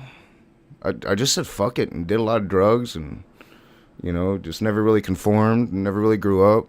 Then I had a kid and it was a process of trying to grow up and not knowing how to, you know, and then I became an alcoholic again and just fucking hardcore and like for everybody to see, you know. So, I mean, yeah, all of that. It's, I don't know, that's my demon, you know, that's my demon. And it's not in the sense like, you know, in the conversation of the word evil and how I just don't mean it like other people mean it anymore. You know, it's just like a descriptor word for me.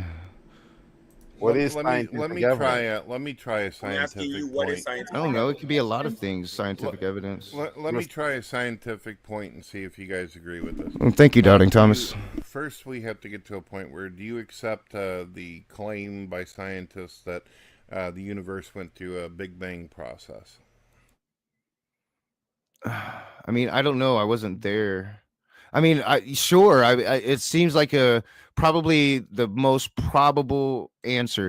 And if you go back, which you'll actually be able, I've deleted a lot of streams, but I think I've kept enough. Like you could probably go back and see that I was rather consistent with that answer, even as like a hardcore raging atheist. I wasn't there. I don't know. But it seems like a probable, you know, it seems like as good a cause as any, I guess. All right. So let me give you the definition of supernatural so we're on the same page, see if you agree with me on this. Okay. Do you believe that things, persons, or experiences or events that exist outside the laws of nature are considered by definition supernatural? All right, say it one more time. I think I got it, but I want to make sure I have it. If a event, experience, or a person or origin happens outside of the laws of nature, does that make it supernatural? Let's try it that way. I mean, I guess it would be supernatural until we can prove that it can be, that it can occur within the laws of nature. Sure, yeah. So you agree that there was an external event? I think the moment that we can prove that it happens within the laws of nature, it's no longer supernatural. I'll put it that way. Not before we continue the discussion, because I do care about you. If you ever feel like you're being pushed too hard, ask me to stop, and I will stop. I don't want to cause you any kind of health issues, all right? I mean, I'm already like... Ronnie's not going to... Yeah, I will like say like I'm like super way past my bedtime, so I'll go for as long as I can. All right, so you do see like G-Man just quietly slips away, right? Like G-Man wasn't too happy about this conversation, and just quietly slips away. We'll go until I leave, and then I do want to kind of finish this shit and kind of hang out and. So, you know, I'm surprised, like, yeah, for those, like, just kind of joining in. So, yeah, I'm kind of, like, back now and just kind of a bit different, but not still pretty much the same. I don't have much rage anymore. I mean, you come to a point in your life where you just accept the suckiness of everything. You know, the problem of evil can only outrage you so long. You know, I think in the post-truth era, it's really hard to be surprised by anything anymore. I've really been working on like just my mental health and getting healthy physically and mentally. Been really like looking at philosophy and trying to educate myself and hopefully I'll be a better conversationalist. This go around, I'm not interested in drama. I think I'm gonna, my main policy moving forward, doing this YouTube thing, especially once I do start a new channel, because I am gonna be starting a new channel. This channel is dead. It'll always be dead. It'll have a special place in my heart and in the hearts of many, I hope, but it'll always be dead. It's never going to be what it could have been, which is unfortunate, but it's my own fault. But this time I just want to like really try to understand people and not judge them for what they believe in, not condone it, not judge them, understand. Because I really think we've come to a point that really everybody needs to step back and try to understand how we got here. While we're trying to combat the present and what we're doing in the moment. So, yeah, I'm a different person. And I've been cutting a lot of the old streams out. I've had a fairly strict criteria, and I've talked about the criteria. And once we get there, I'll talk about the criteria once I do it. I will finish this and get to where I leave, but it is way past my bedtime at this point. So I'm running on kind of like a lack of sleep the last few days. But I'll catch up with it tonight, hopefully. Seth, I mean, the Big Bang is a claim that an external force created space and time and nature, right? And it was outside of time itself. Well, I don't think we know that for certainty. I think that the claim is that there was an expansion, and there's, we're pretty sure of what happened. Excuse me. Right, like up to the moment, like right after the expansion, right after what you would call the Big Bang. And I think most scientists would agree that the name for it, the Big Bang, is like unfortunate. It's more like the big expansion would be a better, and it's still expanding. Like we're still like, it's the event is actually still happening. And if G-Man's like watching this, or does watch this or hears about this, I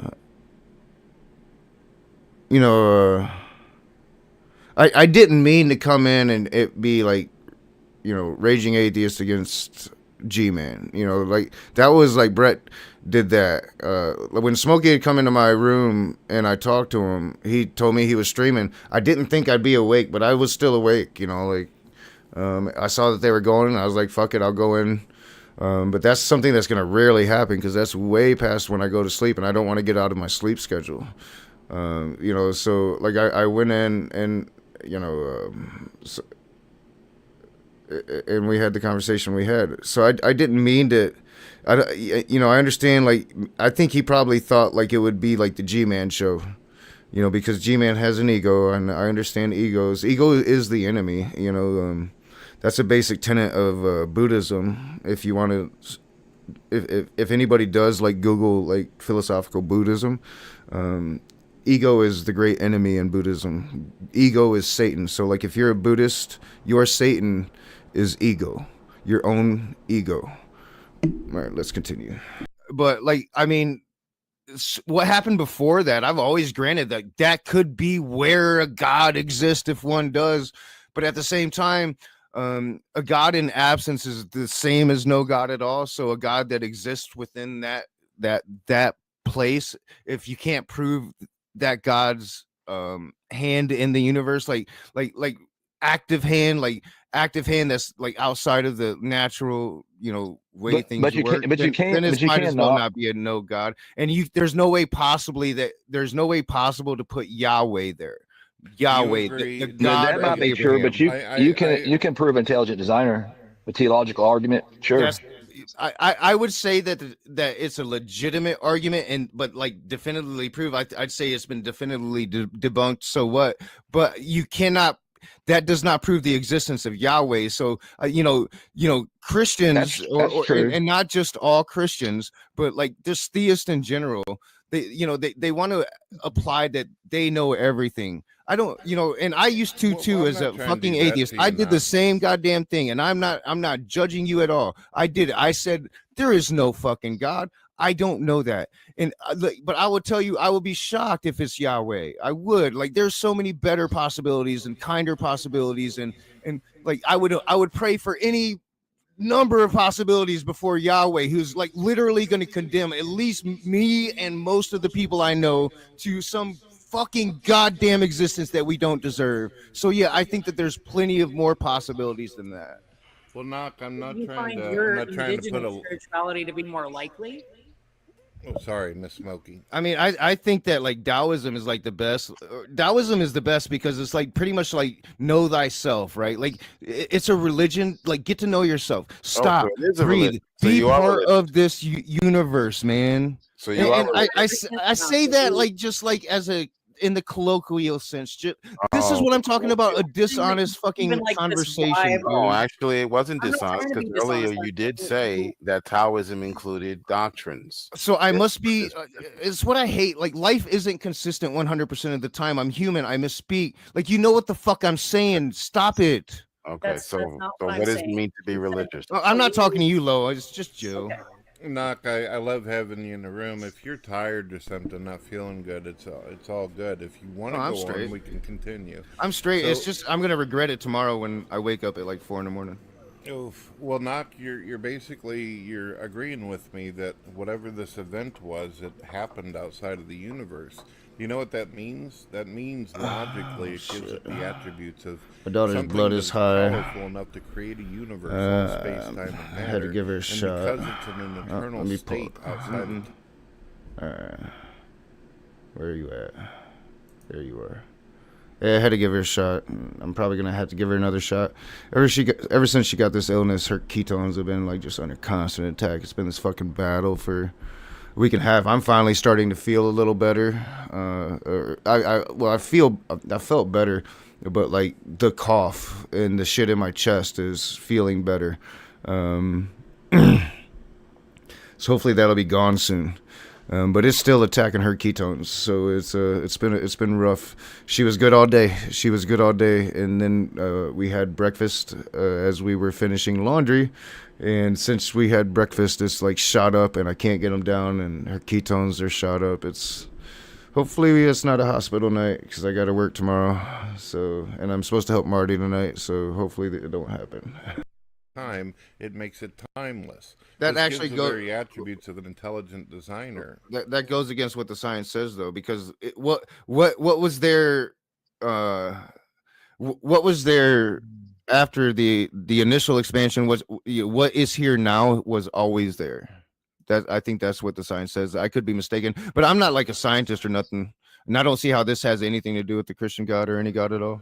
Well, I'm hoping to at least just open the mind of non-believers or skeptics, no matter what angle they're going with, be open-minded toward the concept of at least there is something out there, a consciousness. Well, I think that there could be something out there. I think you're past that point. I really do. Yeah, I just don't know what it would be, and I would never try to pretend to know what it would be. Right? No, I believe that. But I think you believe there's a creator for sure. I wouldn't call it a creator, man. Like maybe just I don't know, some necessity, some reason for it all, you know. Yeah, but doesn't it lead back to a mind though? I don't know. I maybe I don't know. Maybe I guess that's one of the possibilities, but I just don't know that information, and it's the thing that I've really come like the direct result of all of that like my come to God moment was like it's just I realized, man, I'm a dick and I just really don't know, and none of us do. None of us know anything, and we allowed this unknowing to drive us insane enough to think that we do know, and because of that knowledge that we think that we do have, we allow ourselves to do terrible and horrible things. Humanity's got some serious issues. Indeed, I think there's no one out there that would disagree with you on that. And Truth. That's the reason why many of us believe that we need a Messiah in order to correct that problem. Yeah. Or, you know, so far, like the comfort is eventually we get to die. But you guys like, or not you guys, I'd say like all of Abrahamics probably, I don't know if Judaism has adopted some form of hell or not. at this point. I'm really Well, unfamiliar. only some schools of it, really. It's not universal. Yeah. It exists, but really nobody goes there pretty much. Yeah. So I mean, Kind of you know, like over- that's like how you- that's like the comfort is like eventually we can die, and you know, like I think it would be a beautiful concept for like reincarnation. way of thinking about it. Like why would that be like eventually we get to die? Like why not live your life for something greater than yourself? Like that's the comfort of Christianity. Maybe we get to be well. I mean, I think all right. So like if I was like a dishonest person, knowing my audience, I would stop it here. Because I'm gonna take some shit for this, but I don't care. To me, reincarnation is a really interesting idea that's been around for a really, really long time. And I first had my first experience with reincarnation a really long time ago, and I'm gonna talk about it a little bit. It's a fundamental core of Buddhism. Buddhists believe that we've all lived 10,000 times. At least I think that's the number. It could be a lot more than that. And just the concept of it, you know, energy cannot. Man, it's been a while since I've recited like my laws of thermodynamics, but you know, energy cannot be destroyed. You know, what happens to our energy? You know, what links us to our past? What links us to this universe? What links us to everything else? Native Americans have these philosophies on. We'll come up here for a moment. Like this is almost the end of this conversation, but this gives me a chance to really flesh out like kind of the things that I've been, you know, really considering the past year and a half, maybe even longer at that. I mean, really longer than that because these are things that I were considering before I became an atheist, you know, before I became a quote unquote closet atheist, didn't believe in any gods. These were the things that I were thinking about. And I like would literally like worship this universal thing, Wonka Tonka, that I was taught about by a half Cherokee, half white dude that was like this hippie dude in Charlotte, North Carolina. You know, and it's like this universal white adaptation of like the Lakota religion. Wonka Tonka. I do believe Wonka Tonka is the god that Black Elk refers to, and I try to refer, you know, when it comes to the native stuff, it's more based on what I know of the Cherokee religion because that's where like my ancestry lies, through my mom's side, and Black Elk. Black Elk is a person that I read a very, very, very long time ago. Black Elk is a person that became a Catholic. I think they made him a saint, or he was at least up to become a saint. Very important in the Catholic religion. He became a Catholic later in his life, which was sad, but he always kept the native thing. And he was one of the last people that really remembered the old ways and was able to talk about that. And that's what, you know, Black Elk Speaks was kind of, you know, our last real glimpse into the Lakota tribe, how they used to be, right? So it's hard to explain. And I forgot how I led there, so I think I'm just going to stop there. I'm going to explain some more, and we're going to get into a little bit of Taoism and shit, man. But this is just like the things I've been thinking about, man. Reincarnation. That's where I started, right? So, and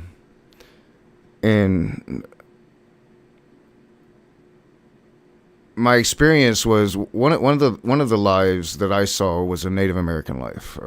I saw, and it was, and I freely admit, like I've had experiences in peyote trance. I've had experiences in sweat tents. This experience is in a fluorite layout, but it was after hours upon hours upon hours of meditation.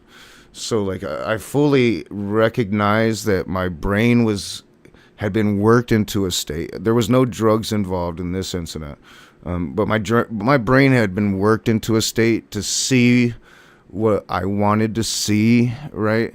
I'm not sure if reincarnation's like real or not, but I think it's a really beautiful concept that links us to the universe. And I think that we are linked to the universe. Like, I strongly have always felt that. And I've always kind of taken shit when I would come out and kind of talk about those things. And if I was a dishonest character, if I was like this like dishonest person that didn't want my audience to see like shit that I know they're probably going to give me some shit about, then I would stop it right here. But I'm not. And I'm probably just going to let it play for a while because I need to refill my soda glass and utilize facilities. I'm not a dishonest person. You know, I'm not saying I never lie. I lied about drinking for a long, long time. People lie. But I try to be a good dude and try to be honest about everything and open book as much as I can, as much as anybody is. And I'm going to let you just listen to it and give me shit. And I don't know. I think it's a beautiful concept, man. You know, I just really do. I think our energy does something. I just don't think it's heaven and hell. Maybe it's nothing. Maybe it's non-existence again. I don't know. It'd be beautiful though that my mom could come back, do it again. Maybe not even know that she's righting wrongs that she can't remember. And wouldn't it be a beautiful thing if we could somehow, through science, prove something like that and be able to tap all those lies, man? Oh, dude, that would be beautiful. Be a great experience, man. That'd be a trip, dude. That'd be a trip. All right. So, here we go. Here we go. Give me your shit. Give me your shit. Living for something greater than yourself is probably trying to make an impact, and I think that's why I have like so much regret about my life. You know, I don't think I made an impact. No, you've definitely made it. That's a horrible way to. Well, I mean, not the impact, like not the impact, like so for me, like when I was a young buck and I had dreams and shit, like I actually had the talent to do it. I thought like I was going to be like some Shakespeare figure, right? Like I was going to make this really giant impact. And I think you make impacts. I'm not trying to diminish anybody else's impacts or the impacts that I've made as a father or some of the like things that I've done here on YouTube even. I've won several like contests writing stories. I think I've overcome like my early blunders in life fairly well. Even though like I make really shitty decisions in life. But like, I'm talking like, I wanted to like really truly impact the world and I didn't. And I think that that's where like the source of my like regret comes from, because, you know, like I regret, like, I didn't do it better the last time I was trying to do this thing, man. I would sit there and pretend like I was, you know, like the Christians were so fucked up for pretending like they can tell me about God. But I was sitting there doing the same things because I was sitting there telling them how I was so much better than them that I didn't. And it's all a bunch of hogwash. None of us know shit. We're all just trying to survive, man. And unfortunately, like there's like a few families that's making it really hard for everybody else. Well, you have made an impact. You have made an impact. I think that there's a lot of people who enjoy your company, enjoy listening to you. You've made some good friends. You've grown up as a person. I'm sure you've grown as a parent and all that. So don't discredit yourself like that. I mean, I still enjoy the shit. Like, I'm not trying to say like, you know, like there's no value in any of this, but I'm just like, if we're going to do it, just like, let's really fucking do it and really be honest about it and shit. Like, but I was enjoying like the back and forth with G-Man. I don't think G-Man recognized me at first. Yeah, he probably forgot. Yeah. You gotta give yourself credit for like your kids, man. Like that's your legacy. That's what it's all about. And, like, and ultimately I think that's true. Yeah. Yeah, absolutely. And that's part of like the biggest thing about Christianity is like you're supposed to get married, have a family, do all that shit. And like I think I believe in reincarnation. Do you think so? I think I do. What do you want to be next time? You want to be a person, or do you want to be like a thing? I want to come back as a human being again. I would just hope that we could sometime at some point like remember the past, and I think it would be a great benefit for all of us, like all of our past lives. I wish we could like remember them, like, and I don't really have like, you know, I don't have any scientific evidence of that, and I freely admit it. And I will admit this, that belief never really went away, even through all of my fucking hardcore atheism as the raging atheist. I always believed it. You know why I believed it? Because I did a ceremony in Cherokee, North Carolina. It was a bunch of crystal fluorite. It was a crystal fluorite layout, and I laid in that thing, and I saw myself through the eyes of 3 different people in 3 different periods of time, and I remember every moment of it, and I've never spoken of it ever. Yeah, It is mine. It is mine. It is mine alone. Were you taking any drugs? No drugs at all. I did do peyote ceremony, but it wasn't this experience. This was just the crystal fluorite layout. And a lot of meditation, probably too much meditation, probably the same reason Muhammad talked to that fucking angel in those caves, because you can put yourself into a state of euphoria with too much meditation. Well, by the way, Muhammad might have actually been legitimately schizophrenic. So there is that as well. I will agree to that argument.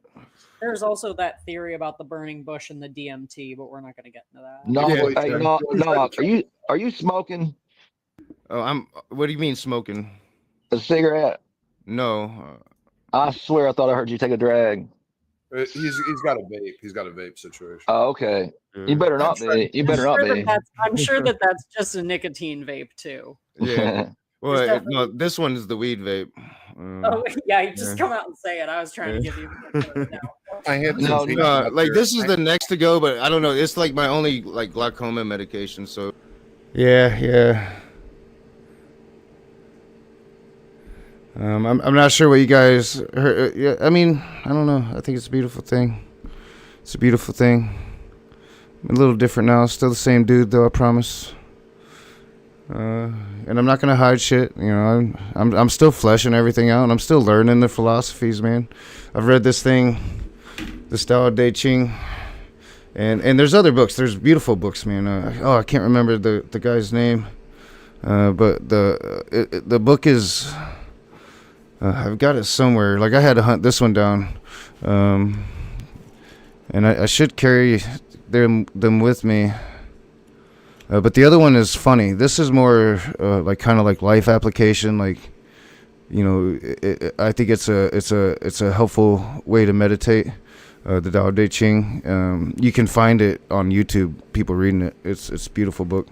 And it's just philosophy, man, and philosophy never dies, man. It's using your brain to try to really, you know, think about this universe and your place in this universe, and you know, just, you know, whether or not you even exist at all. You know, is existence worth anything? What is existence? Man, I'm such a different person now. I'm the person I wish I would have been when I started. I really am. Not to say I'm like this great human being, because I'm not. I'm just I'm flowing with the water. I'm trying to be the water. You know, to give yourselves, you know, to give you guys a tickle. I've got to have my other medication. That's way better for you than the nicotine vape. What are you talking about? Yeah. You should keep the weed and get rid of the nicotine. The nicotine is the bad one. That's the one that's going to be last, because that's the hardest one. But that's the worst one. Keep the weed, which is not bad for you, and get rid of the nicotine. That doesn't even make sense. This one is holding me back from the job I need to get, right? Like, so the job I need to get, I've got to be able to pass a weed test. So damn, Knock, you still waiting on them boots? On the what? The boots. Is it still legal in Michigan? Yeah, last time I talked to you, you were going to get a job, but you didn't have boots. Everyone. Oh no. That was that was me going back to Denzo. That worked out for a little while, but then they drug tested me. Hey, is my microphone coming through clear? Move to a civilized society that's enlightened about marijuana. Yeah, it's like legal here, but companies can still fire you for it. Oh, that's bullshit. I feel like that should be. Yeah, they still don't want you high at work. I mean, I have seen the effects on. Not be high and smoke pot. Like, I have seen the effects of marijuana on Parkinson with people with Parkinson's disease, and it's actually really effective. So I don't know, I don't know how people are getting this idea where it's the freaking devil that marijuana is. Like it's a plant from the good Lord. So if we just used it in moderation, maybe we what up, Kent Hovind CPA, man? Weed is terrible for you. You should just be fucked up on Oxycontin. If you looked up the word relentless in the dictionary, it would have the avatar of whatever Kent Hovind CPA is using. All the time. No, they can't fire you for that. You can be on shit tons of really loud microphone. Holy shit. All in the red. I left my phone outside. Get away from me, microphone. Get away from me. You're gonna be fucked up on Xanax where's my phone? as long as it's prescribed. Yeah. That's okay. I'm way ahead of you. I use cetirizine or allergy pills to try put me to sleep because they have a drowsy effect, which did not pan out very well. So Robin, link is in the side chat if you want to join. Yeah, Robin Webster. Cocaine is a plant from the Lord. Okay. So did G-Man leave? Yeah, I'm just now figuring out G-Man left. He left so quietly, dude. I love G-Man, but I don't think he liked talking to me too much. It was like probably the first stream I've ever been with G-Man where he didn't like rage quit in some big way. I wanted to ask G-Man how bad Vaughn stunk when he met him. Why would G-Man want to weigh in on such a thing? I mean, everyone knows that it was atrocious. Why would you want to know how bad he stunk back that? I mean, clearly. Because I just want. Jordan's in the car. You know, I'm not talking shit, but like, let's come up here. Smokey's trying so hard to be nice, right? Like, he's just trying so hard. At some point or another, man, he's going to be like, man, I really want us to be friends. It's like Matt Powell situation all over again. But like, it's like I see it for what it is, and it's cool. It's whatever, bro. But he's trying. But I mean, we saw Doubting Thomas commented on it not too long ago. Because it's going to be fairly easy for me to stay calm in these situations now. And it's gonna these are still the same people. Like they're stagnant, stuck in the same places. Maybe not exactly because everybody changes, and Smokey does indeed seem like a little happier. Like you can kind of hear it in his voice. I think he feels like less constrained than he's felt in a long time because everything's out now. Everything's been proven now. And he gave it enough sufficient time, he feels, that he can really start casting those doubts of aspersions. And that's what he's doing. I've seen him do it. And I'm I don't need to like relitigate anything. I did what I did and I proved what I proved. That's the way I look at it. And I don't care about anything else anymore. I'll have conversations, but like I see that, and we saw it like in the open room, like he lost his shit. It was eventually like he just and he left gracefully. Like it wasn't like old school Smokey when I first met him, but it like nothing really changes much. People don't really change unless they're doing some like serious soul searching and meditation, man. Like really going in, and that's like one of the best things about meditation. Not only that, like scientifically, I'm pretty sure it's been proven to like really be helpful for human beings to meditate. Like everybody should be meditating. But if you're not really looking inside of yourself, how can you change yourself? If you're out pointing the finger at everybody else, how dare you be this way that I'm not, because I am the center of my universe and you are. But I'm the center of my universe, and you don't get to, just don't worry about my space, dog. Like if you want to have a conversation, try to understand my space, then we can do that. But I proved what I proved. You know what I'm saying? Like, I know what I know. Know what I'm saying? Power talking about how he wanted to vomit. It was so bad. And that's John, who and that's John, who doesn't smell exactly great himself. So Okay. So yeah, I think I gotta head to bed, y'all. Like I'm way past my bedtime. So yeah, I appreciate you letting me come in and hang out with you guys. No, I think you're going up that mountain. You're just going the long way to get there. You know it. Man, I don't know. Like, we'll see. You know, like You'll get there. You'll get there. Trust me. We'll say hello. We'll say hello when you get there. So in Taoism, there's this concept that. called the uncarved block. All right, the uncarved block, y'all. If you've never heard this concept, I've talked about it a couple times. This is a beautiful concept. You can look at this in a lot of different ways, man. You know, you can look at this in a lot of different levels. And I would say, like, if you go listen to like the Tao of Pooh, Benjamin Hoff, you can listen to it like on YouTube. I wish I had a copy of that. I don't have a copy of that. It's one of my favorite books. I read it a long time ago. It was the book I read right after I read Zen and the Art of Motorcycle Maintenance for the first time. I was probably still in prison, like 18, 19 years old. So the uncarved block is what Hoff starts with when in the Tao of Pooh, and the Tao of Pooh is just this brilliant fucking book, man. It's Winnie the Pooh, it's the Tao of Pooh, and the Tao is everything, you know. Or it can be interpreted as the path. It's a path, and Pooh is the epitome of the Tao. Winnie the Pooh, the American Winnie the Pooh, is the epitome of the Tao, because everything else, you know, Rabbit is the, you know, grouchy, thinks he knows everything. Eeyore is the depressed, oh woe is me. Owl is the wise, but in the wise there is ignorance. You know, Piglet is the simple one. But Pooh, man, Pooh is just Pooh. Pooh just wants to get some fucking honey. It's a brilliant fucking book. And he starts with the uncarved block. And you can apply this in so many different elements.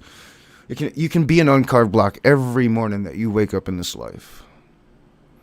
You're an uncarved block. You're an infinity of possibility. And this is where I'm gonna end this conversation last night. I talked about it recently, so some people might have heard it. But like when you have a block of wood, right? When the moment you start to carve that block of wood, you know, it becomes something, right? Like it's something now. And even if that intention isn't fulfilled, you know, that block of wood is forever changed. But until that moment that you first, you know, take the knife to that block of wood is a countless amount of possibilities. It could literally be anything. So be that block of wood, man. Yeah. And that would be my final thoughts on the You night. are in Have a a wonderful Taoism. night. You sound like Bruce Lee right there. Be the Have a water. great night. Be the water. Well, it's all good. I've been told by some people I'm kind of thick, so I guess I'm pretty halfway there. No, I don't think they went much further, because I truly apologize, because I think it was supposed to be like G-Man's night, and I didn't know like G-Man would even be there. I just, you know, remember that Smokey had said I can come and talk, so I went and talked, especially once I actually got there and, oh shit, G-Man. And I thought about it for a few minutes. We're done with it now, though. I thought about it for a few minutes, and I was like, yeah, this will be fun. This will make me like way late. I think I got to bed about around midnight, and I slept till about 5. I'm not going to sleep much past 2 o'clock, you know, I'm usually going to bed 6, 7 o'clock, so I was way past my bedtime. Tonight I'm going to be up a little past it, but not too much. I told Marty I'd help her when she gets out of work. I'm not sure what I'm doing, but, you know, we'll see. So now,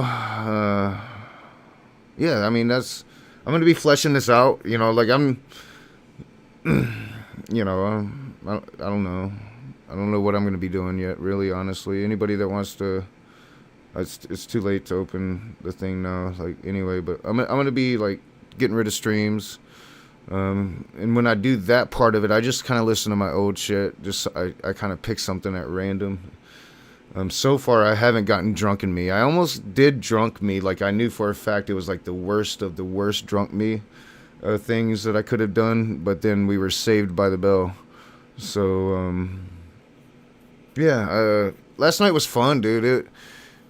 It's kind of what I missed most during my hiatus, when I really, you know, like, you don't when I couldn't do it, you know, and that's a whole story in itself.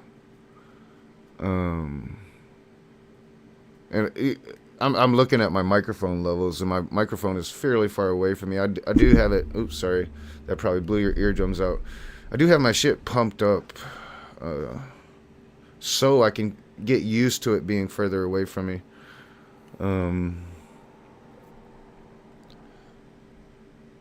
But I want to have conversations to where I'm trying to like really understand. And I think I did that a lot when I first started, you know, and I want to do that again. And it was fun.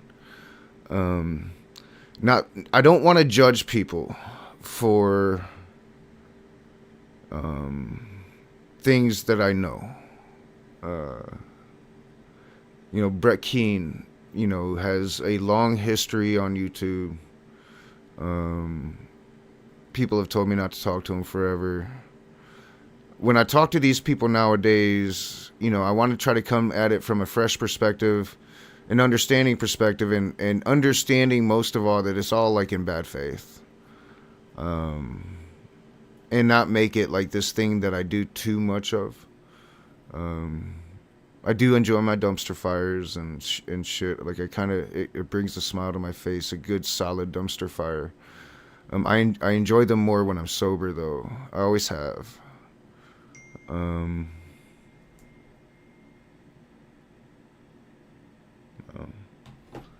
Somebody trying to sell me shit. Always have. Probably always will. But I really want to have good conversations now. And I want to have a place of understanding. And the thing about like going hardcore at people for everything, right? Like everything. Like just being hardcore and not listening. Just listening long enough to have a response. Fucking have my presumptions of them, you know, like. And it truly was like a fake outrage earlier in that stream when I was like, how dare you, like, oh, all right, so let me read that real quick, because that could be about my volume. I need all the input on my volume. I've been like really fucking with my volume levels, trying to get it right, you know, because I want the microphone away from me. Let me read that real quick, and now I've completely forgotten what I was talking about anyway.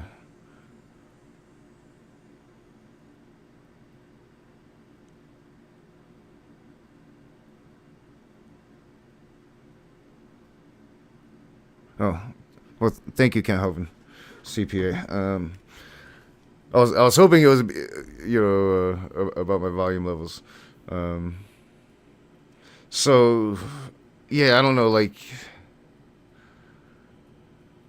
All right, so when people are a thing, they are, you know, like, I don't really think that you can hope to change them. I think you can hope to bring to light that thing, and I've done that, you know, and I'll continue to do that, right? Like, I'll continue to do that. But this time, I want to go in without presumption. Like, oh yeah, the fake time, the fake outrage, right? Like, in the stream when I'm like, motherfucker, you don't know me, blah, blah, and all. I'm just joshing with you. I don't really care. I didn't really care. It was just to kind of prove a point, right? Like, it's like, you don't know me, and I want to give them that same standard. I don't know you, you know, I know Josh pretty good, right? But I don't know you, and I don't know Smokey. I don't know you. You don't know me. Let's really hash these things out. And if there is something that hasn't been proven about somebody or what, I don't even know, like, thinking about it, like, because I think oftentimes, like, we're in a position in this country, like, we are being taken over. A party got tired of being able to lose. All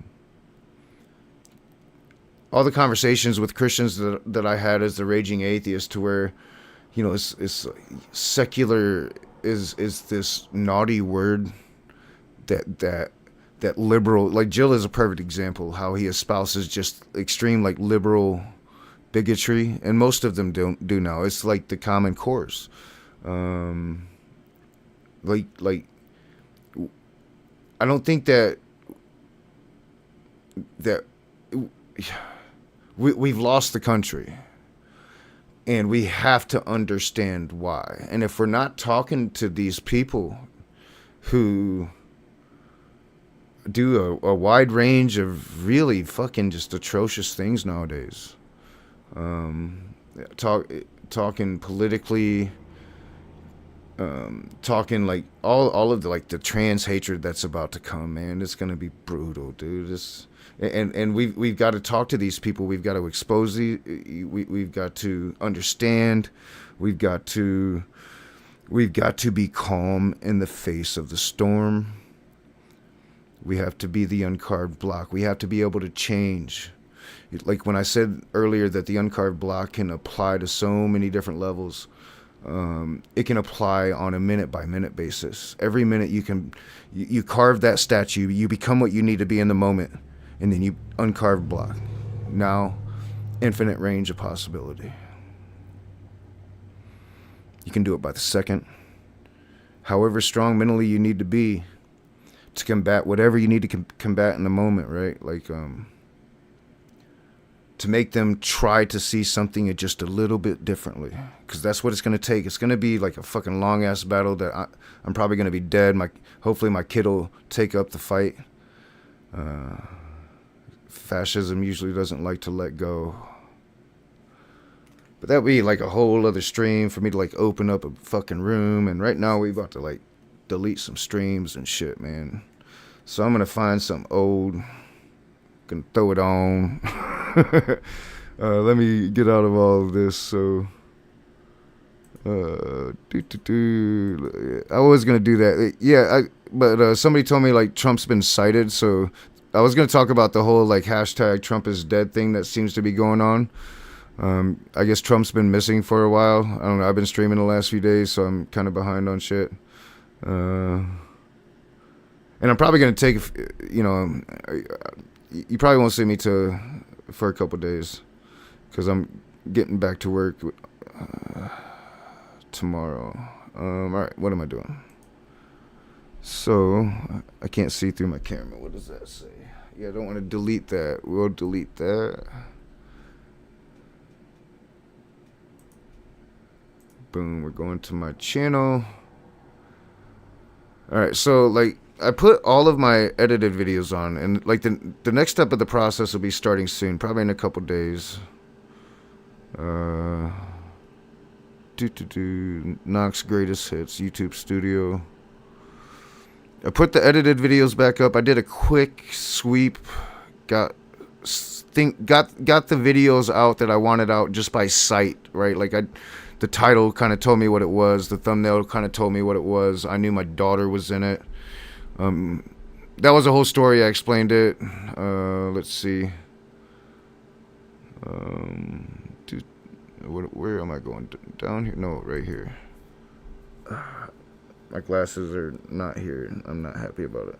They're in my car, which is where they stay, but I need them when I'm doing this. All right. So my edited content, like I've definitely got to go through here and do more work in here. And the next step is like I'll be watching shit, maybe whole videos, maybe parts of videos. I want to know what it is, and I want to decide if I want to keep it. And the edited wise, we are at 582, so that's going to condense. I'm going to try to get that down. I think my goal is going to be like 400.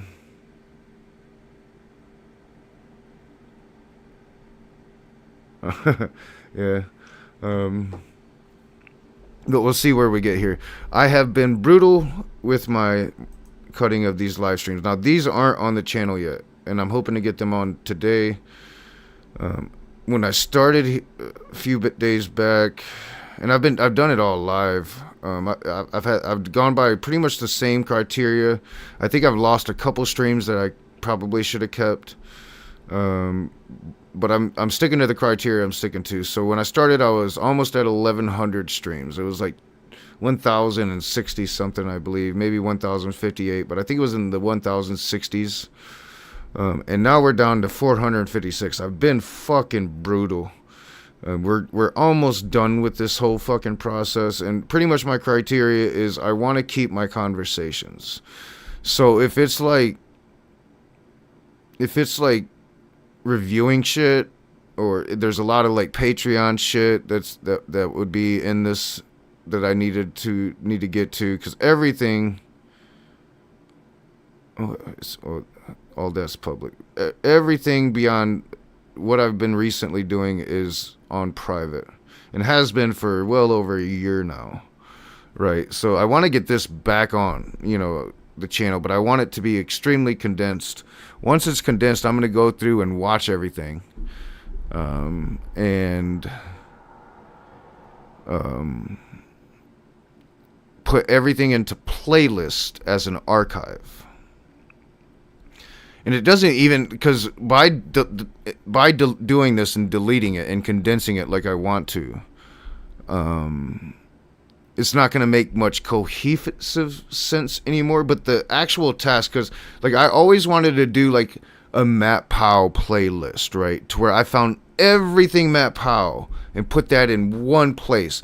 And for a while I was able to actually do it with Matt Powell, I thought, but then like all the time I'd have people telling me about this stream that should be in Dances with the Devil, this stream that should be in Dances with the Devil, and it just became this impossible thing. Like, and then there's like all these fucking going on other channels and shit, and the same with like Smokey Saint. Like, there's no way to put the whole story together unless I were to like literally try to find all these needles and all these different haystacks of streams.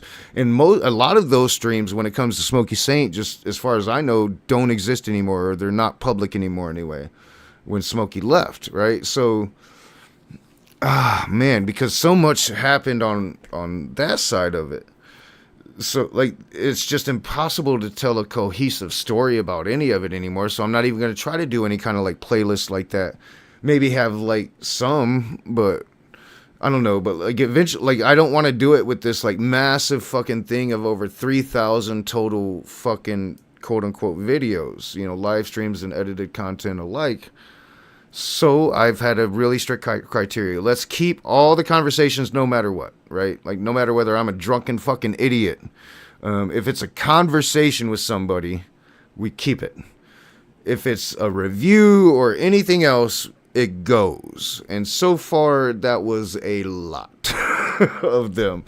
A lot.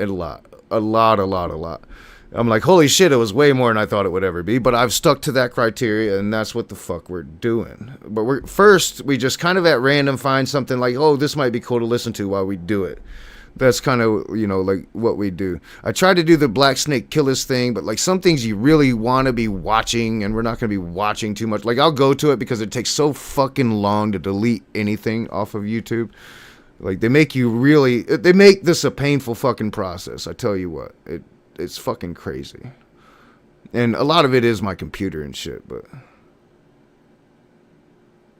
did the U.S. parties flip? I think I could have argued this debate better.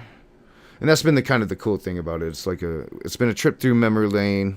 People that have kind of sat by and kind of enjoyed the shit. They it's like Knox greatest hits. But it's just been random. It's like, oh, this could be confrontational, and then it's not as bad as I think it'll be.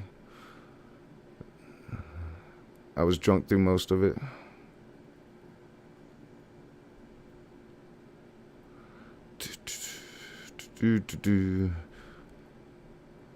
I think Jill's still triggered that I played the debate about our slavery debate. It's like, don't worry, bro. Nobody watches me anymore, really. I killed the channel a long, long time ago. Long, long time ago. I listened to Ali and everybody around me. But it wasn't their fault. It was mine. We could just pick like some random fucking open room partisan fight night. That would be like an OG Trump fight night. Faye, I miss Faye. Hopefully Faye's doing well. Let's see.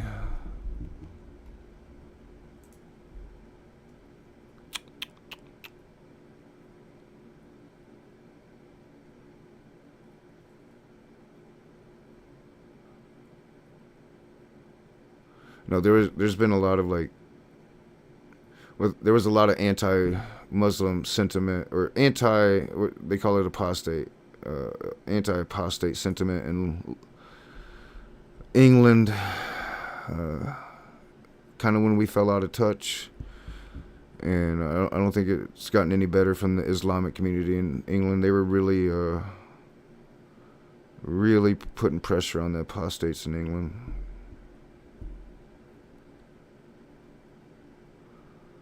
The Apostate Alliance should have been viewed more than it was. It just should have been the climate debate.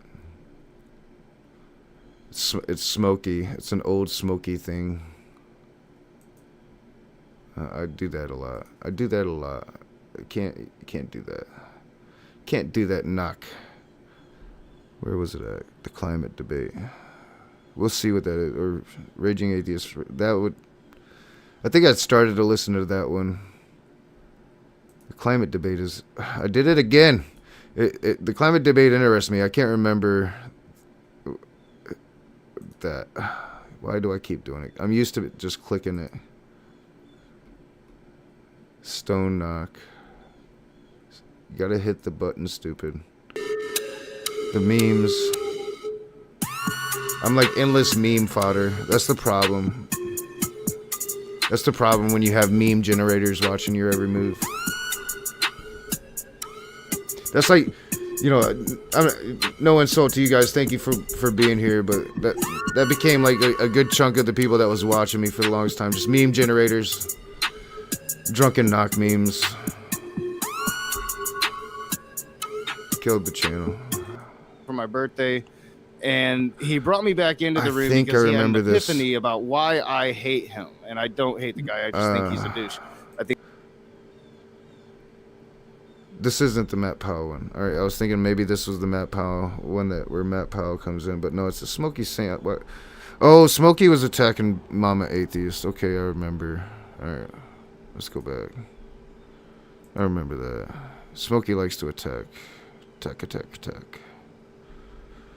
You remember that, Smokey? You're probably watching.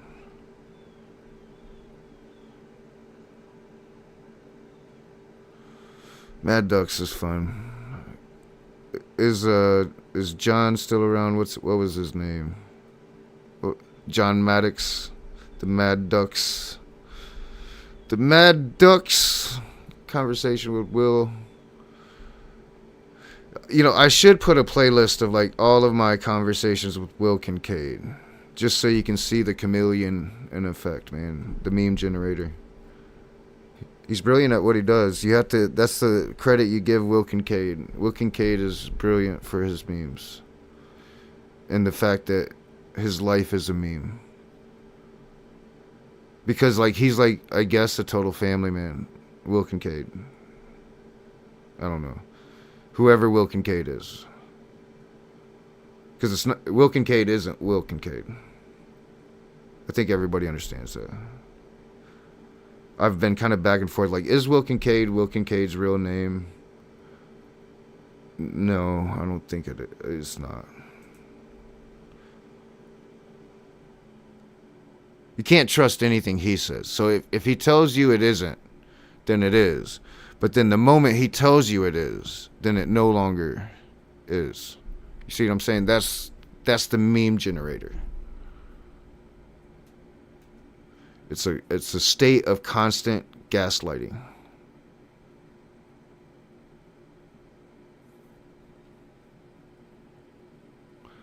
Coronavirus concerns, man. So we're getting kind of in the area that I'm getting to cut central. So I should just pick something. I always do this. It always takes me like forever to just pick something, and then it becomes like just something random on the page that I'm on. Drag and Sokka together is usually fun. That usually sets up something, you know, like that usually sets up something. What's a reprobate? You know what I want? Oh, I wish I could find it. I wonder if I could find it. Is that one Sword of Christ, I think his name was, the NIFB dude that came in. Oh, sorry, because I know that probably blows out your eardrums now every time I do that. God, what? Oh, fuck, what was it? It would have been probably around this time period. This dude came all up in my shit. And it was fucking hilarious. I used to be like stalked by the NIFB. That's when like the channel was like legitimate. That's when the channel was really growing, and like NIFB saw me as a threat. It felt good to, and as I drooled all over myself, and it really felt good, you know, like it was like the first time like I'd ever really done anything that I felt like this was me on my own, really not only just learning about the NIFB, but confronting them even before I knew really what I was confronting. You know, like I really felt good about that. And then Smokey came along, and internet beef kind of turned into this other really, really, really dark thing. You know, like it's not just like West Baptist, you know, Westboro Baptist Church shit. It's like really personal. People self-harm. Where am I at? So 331. We're right around where I'm going to be cutting. So let's choose something.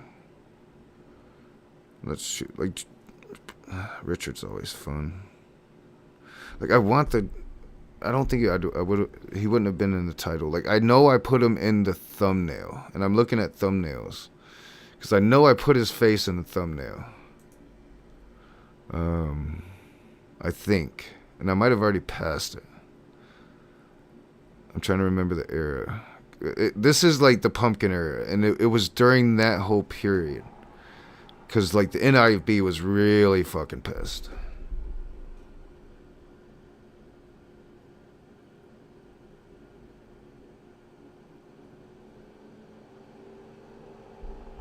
I'm pretty sure I put his face in the thumbnail.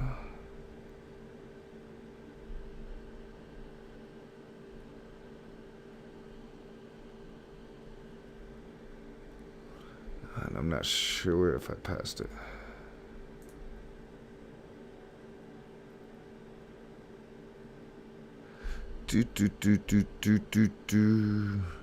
Yeah, people like some. I've noticed like some people make fun of how I call it eras. That's just how I think that, and that's what like it's one of the reasons why I really have to reduce it. It's just how I have to kind of think about it now, because it became this big backlog. You know, it became bigger and bigger and bigger because I was streaming like every day. Sometimes, you know, like fuck, just the other day I streamed like 3 times in one day, and I was doing that a lot, especially during COVID when I wasn't working. I'm like looking at these small little thumbnails without my glasses. I think I might have passed it at this point. I remember this one was a good one. Sock Accountant Dragnot versus, yeah, this one was good. All right, we'll watch this one as I do it again. I remember this thumbnail. I remember being excited about this conversation. This was I'm pretty sure back in the Google Hangout days. We're back in the day. Yeah. What is up, you heathens and demons, you beautiful, blasphemous people? What is up? Welcome back to the Raging Atheist. Usually back then, like in these conversations, usually, I'm not sure yet, I'll be able to tell at some point, I would start drinking beer. And usually beer it's fine. It's whenever I'm like walking to the store next door, sometimes I'll announce it. I don't think this is one where I'm like starting the stream drinking liquor, but at some point it will happen. Probably, maybe, usually. All right, we'll see. It hasn't really happened in any of this shit yet. All right, so now I can finally get back, because I want to finish this today. I want to get back on the channel, and then I'll be done streaming for the day, and I can help Marty later. I might even be able to play some Sims 4 for a little while. Holy shit. And then I'll see you guys in a couple days. I'll do this again. We'll see what's going on in the news and shit, you know. And if I do see something, you know, like live, getting out of work, looks like an interesting conversation, I'll definitely be doing that kind of shit again, man. You know, just don't expect the same old knock, you know. That's all I ask. So let's do this. What's up, you heathens and demons, sinners and saints? Always. Like half the time now, I totally remember to mute the audio, and then half the time I don't, and I totally just didn't. All right, so what is up, guys? Full disclaimer, I am getting intoxicated. Oh, but the Raging Atheist, you said you was quitting. If you believed me, if I said I was quitting anything. All right, I don't need to hear myself like rationalize my drinking. I did that for so long. And that's like when I speak of dishonesty. So it's like we're all hypocritical. So, you know, in the course of conversation, it's adequate to like call out a bad faith argument, bad faith actors. But we all are in a way. We all hide our shit, you know. And this is just it's a symptom of the alcoholism, the denial, and the rationalizing, and all of that. And ultimately, what it's going to come down to, for me, was getting tired of it. Just getting tired of being the person I was.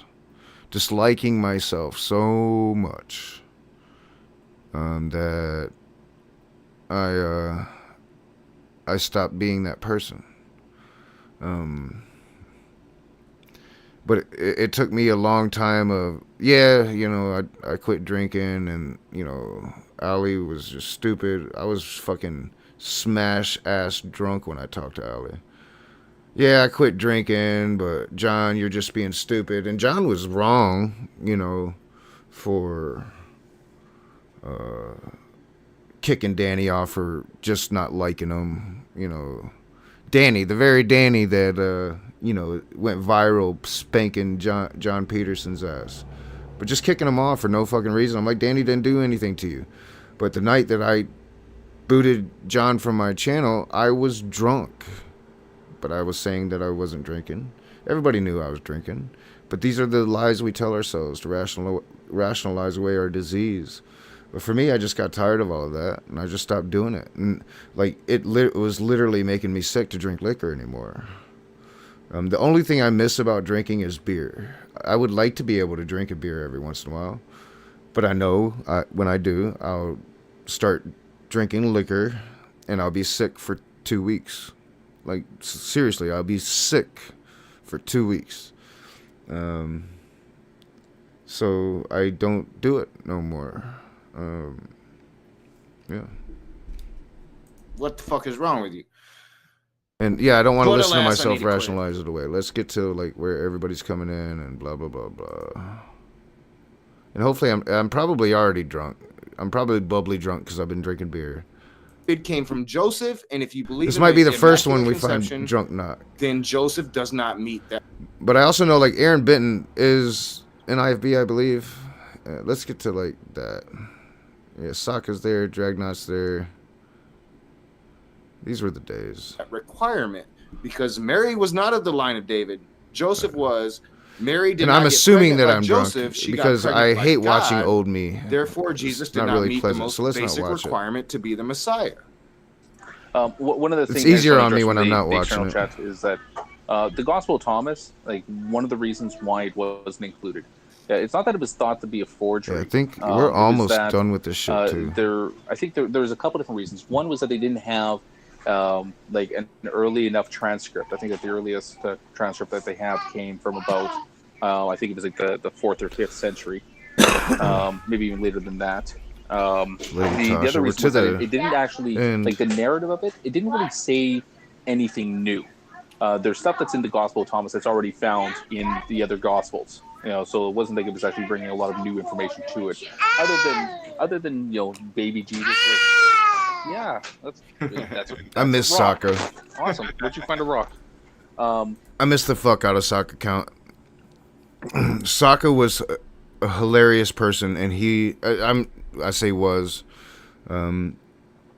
would often be gone for long periods of time because he was like National Reserve Navy, I think, something like that, or he was in the Navy, but just loved philosophy, and he was a troll. Like he was brilliant. Sokka count is a troll, man. Man, he was so brilliant. I miss the man. I hope he's well. I hope Dragnot's doing well. Like, they taught me so much, and they offered to teach me so much more, and I just refused the help, right? Like, I refused the help from people that really could have improved me all around from the very, very beginning. It's kind of pathetic.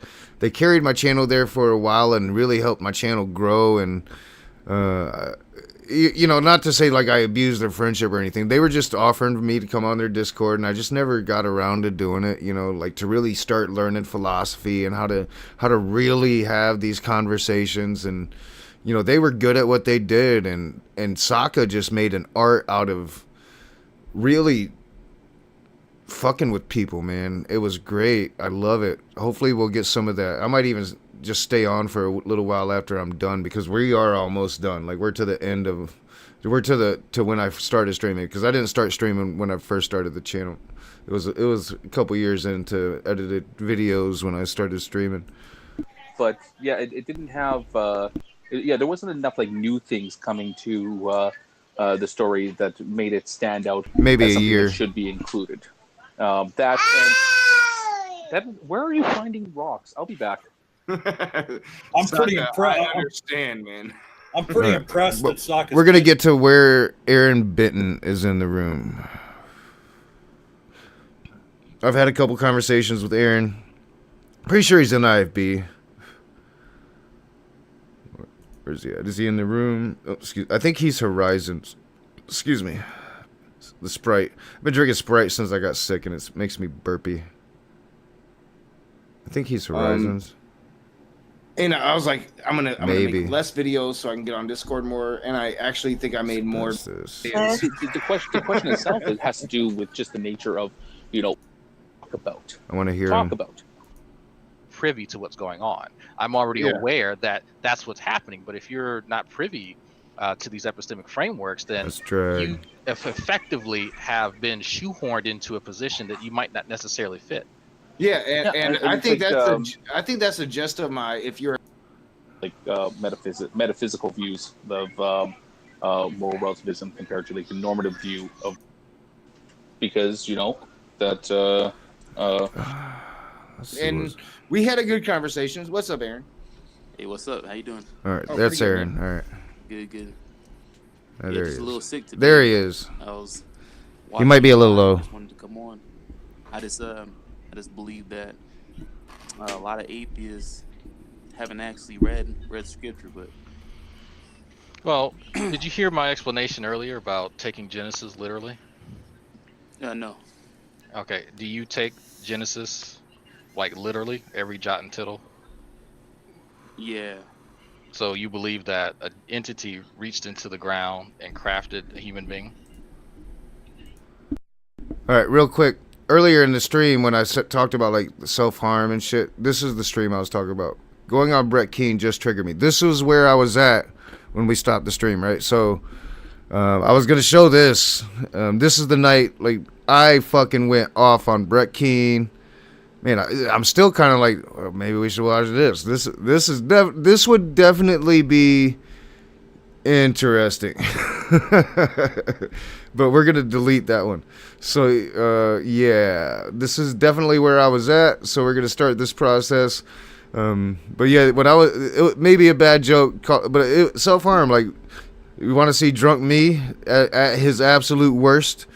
This is after about 5 hours in one of my first streams with Brett Keane and his old crew ever, talking immigration on the southern border in the beginning of Trump's first term. I was you want raging atheist. I should not delete this just because, even though it's not a conversation, it's just me raging out. I'm pretty sure it's just me raging out for like let's see. Just me raging out for 2 hours? No, oh no, it becomes a conversation. And then we're gonna. We are rage. saving it. Yeah, we're gonna save it then. All right, it become even Ocean Keltoy's up in that bitch. All right, so that's a staple. We're gonna save that, and eventually we'll be watching it anyway. So, the first, the first fucking.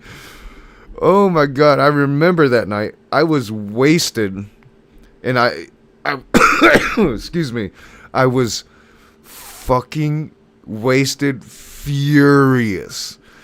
I rage quit Brett Keane 5 times that night. I threw my fucking headphones. I called them all slave man. I called them the worst things you could call human beings. It was the epitome of the raging atheist, the drunken not drunken buffoon, you know, righteously standing in the face of bigotry while drunken. Oh my gosh. But this is where I was at. So, without further ado, Aaron Benton, stock account, Dragnot Silvis. I don't know how it went exactly, but I do believe what happened. It's gonna be interesting. All right, so all right, do you know what the ground is actually made of? Yeah, like dirt. Yeah, that dirt. So that dirt is in the Bible is referred to as the afar. That is, I believe, the Hebrew word for the dust that they refer to of the earth. That's made out of mostly a compound called silicon dioxide. Part silicone, part oxygen. Now, at the time, there wouldn't have been any carbon because carbon fixation, carbon being inside the ground, happens when something decays. If this event happened before the fall, nothing would have died.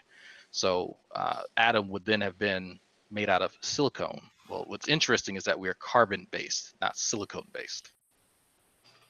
Yeah. Of course, hey, Dragnot, you know you're really depending on Christian doctrine to make that. Oh yeah, entirely. Okay. But Yeah. Okay. I'm curious how people reconcile this though. If it's 100% true, and that it's not taken as a metaphor, then why are we not silicone-based? All right, real quick, where am I at? So anything that has atheist rationale's face, I am deleting. If it's in the thumbnail. Now, Shay wanted me to delete all the old streams with Shay in it. I just can't do that.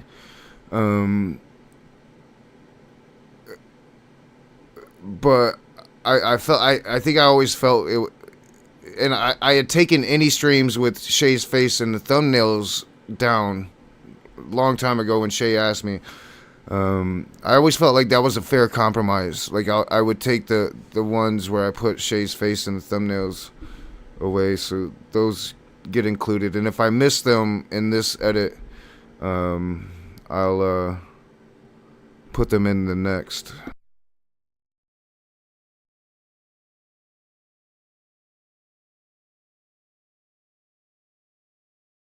It is a very good question.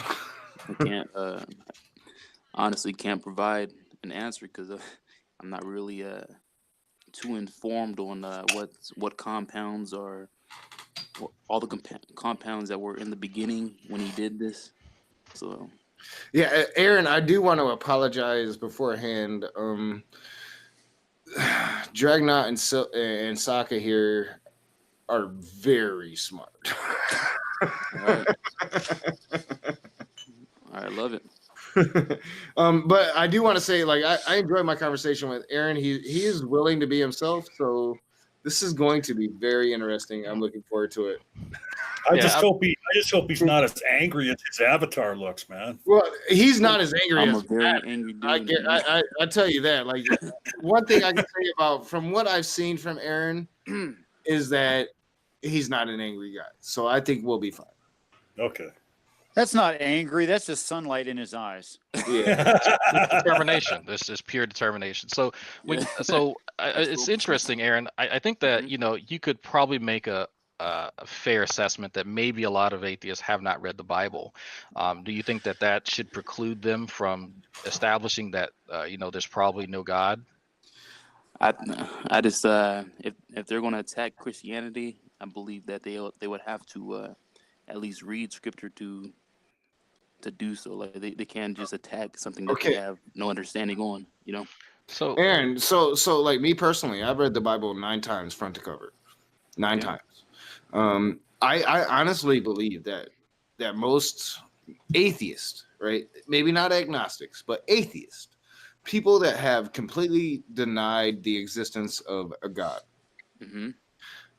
we actually become quite obsessive with finding out about said right, have a good one, gods. John. And so for me, for instance, I've not only studied Yahweh extensively, but I've studied the Hindu gods. I've studied the Buddhist god. I've studied if you're still here, Allah. I've studied Buck, so many congratulations. different gods.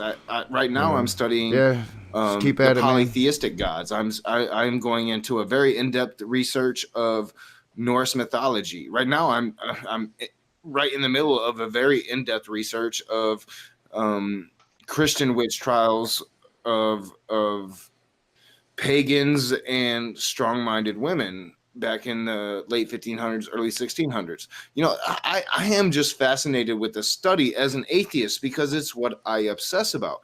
When you leave a religion, you become obsessed with the truth of the religion, right? So like I honestly consider myself to be, and thank you very much, Valerie Ross, for the awesome super chat. I consider myself very much to be very knowledgeable when it comes to the doctrines of religion. What I'm not knowledgeable about, and which is why I have Dragnot and Sokka here, and it is I want to become more knowledgeable about philosophy and open thinking, right? But but for you to say that atheists don't read the Bible, I think you're sadly mistaken. I think we actually probably read it more than theists. Well, I can ask certain questions, and I'm guaranteed they won't be the right answer. God damn it! I'm sorry.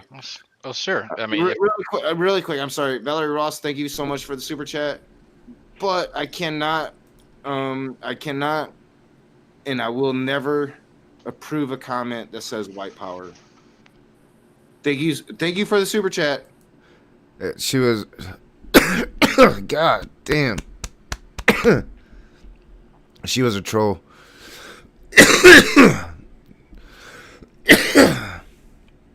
This fucking illness and these vapes, like every once in a while, it comes out of me, and it is.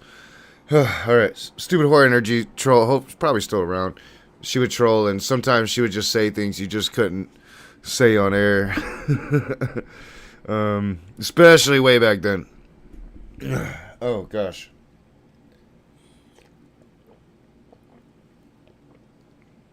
She's been on the stream a few times.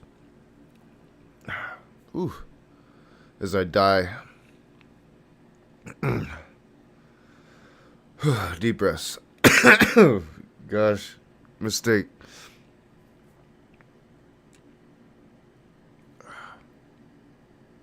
Blah. Can't even remember what I was saying anymore. Yeah, probably better just to listen to it than me die here. Thought I had it under control, but I don't. Racist shit, not here. Go ahead, Aaron. Sorry. So I would most definitely say you could cherry pick any story in the Bible from someone who is a theologian. Yeah, that's what I was doing. So yeah, we're to like the part where we're gonna get like removed shit, especially. I had some videos removed by dear friends Brett Keane, and Icky Tank, and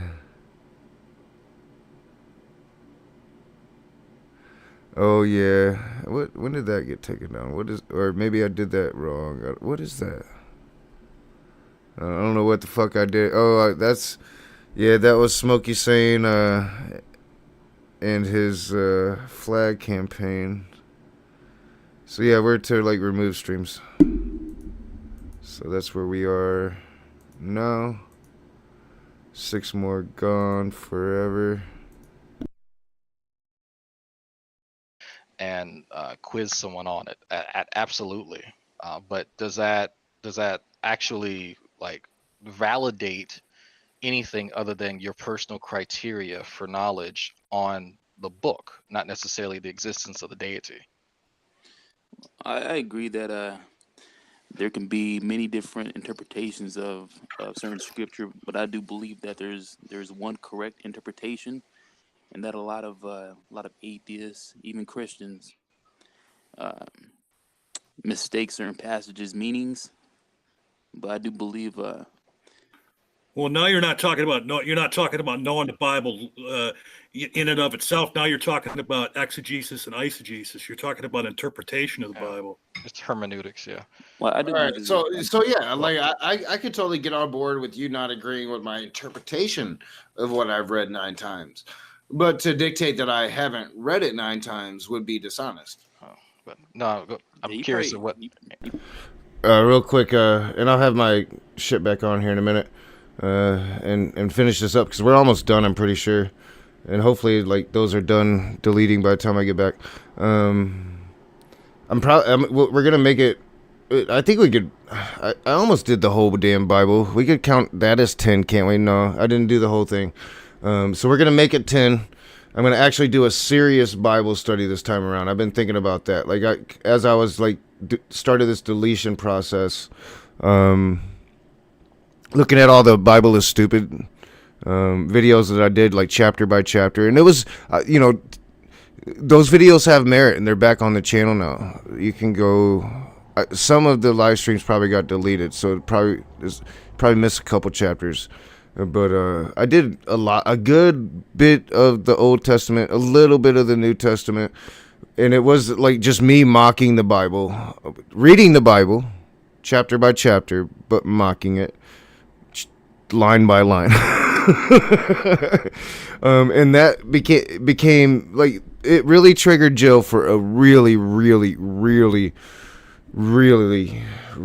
and I'll turn on my camera real quickly. Let me sit down for a second. All right, where you at? How did that? Oh, because I did that. Okay, I see what I did. All right, where are you at now? Oh. My goodness. Becky, look at her Bible. Wrong one. How did I get there? I was on it. I didn't mean to do that. Oh, and what was I saying? Fuck. Damn it, when that happens.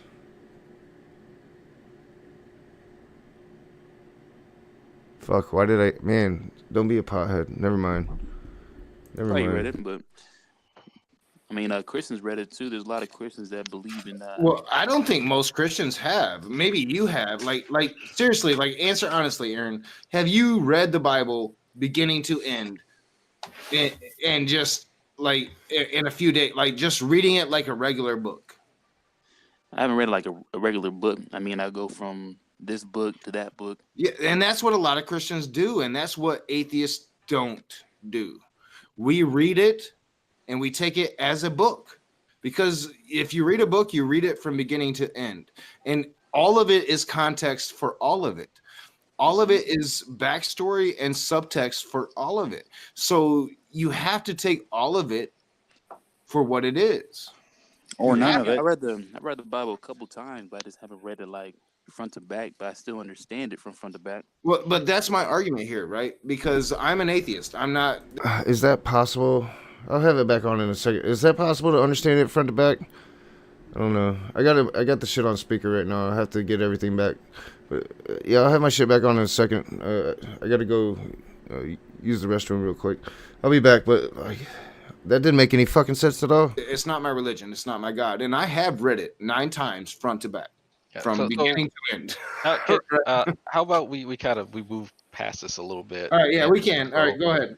Because I want to get into, because there's something that he's getting at as far as knowledge of the Bible and the veracity of the God claim, and I would like him to kind of bridge those two things. Hey, Silvis, if you don't mind, I would say one thing before you moved on off of that. I don't think you guys right here are a good sampling group of what he means or what he could mean by the word atheist. Yeah, that's probably true, and that's actually a good point. Yeah, that's a very good point, Richard. Because I mean, atheists, we're a mixed bag, right? Yeah. But no, I would rather him kind of elaborate on bridging that gap between the veracity of the God claim and knowledge of the Bible itself, because I think that's kind of the crux of his argument here. Can I just interject briefly? I hear this a lot, and I've said it before, and I'm guilty of this. I've read the Bible quite a few times. Like I said, I think I said previously, I'm not sure if it was on this stream or elsewhere.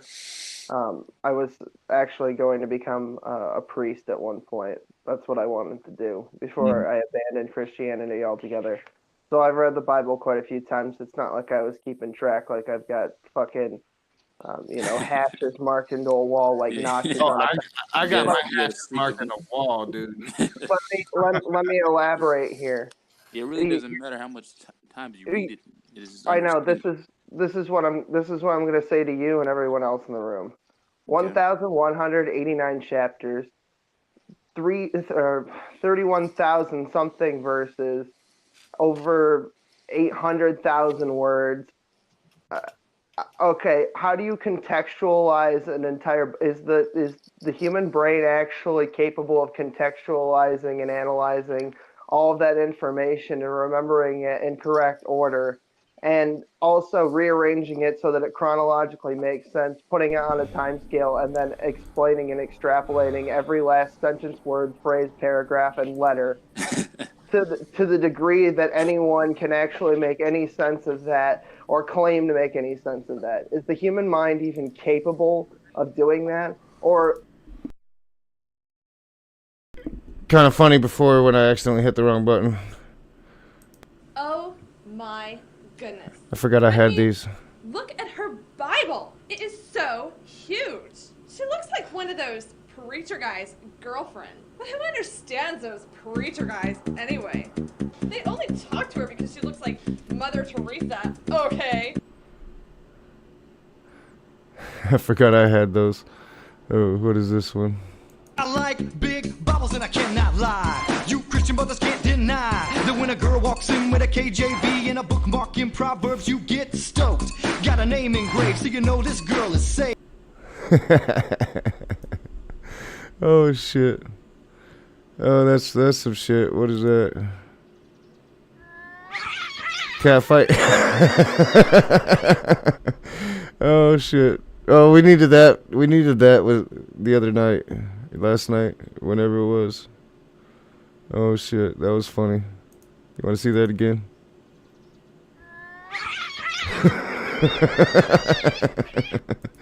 I'm not sure, man.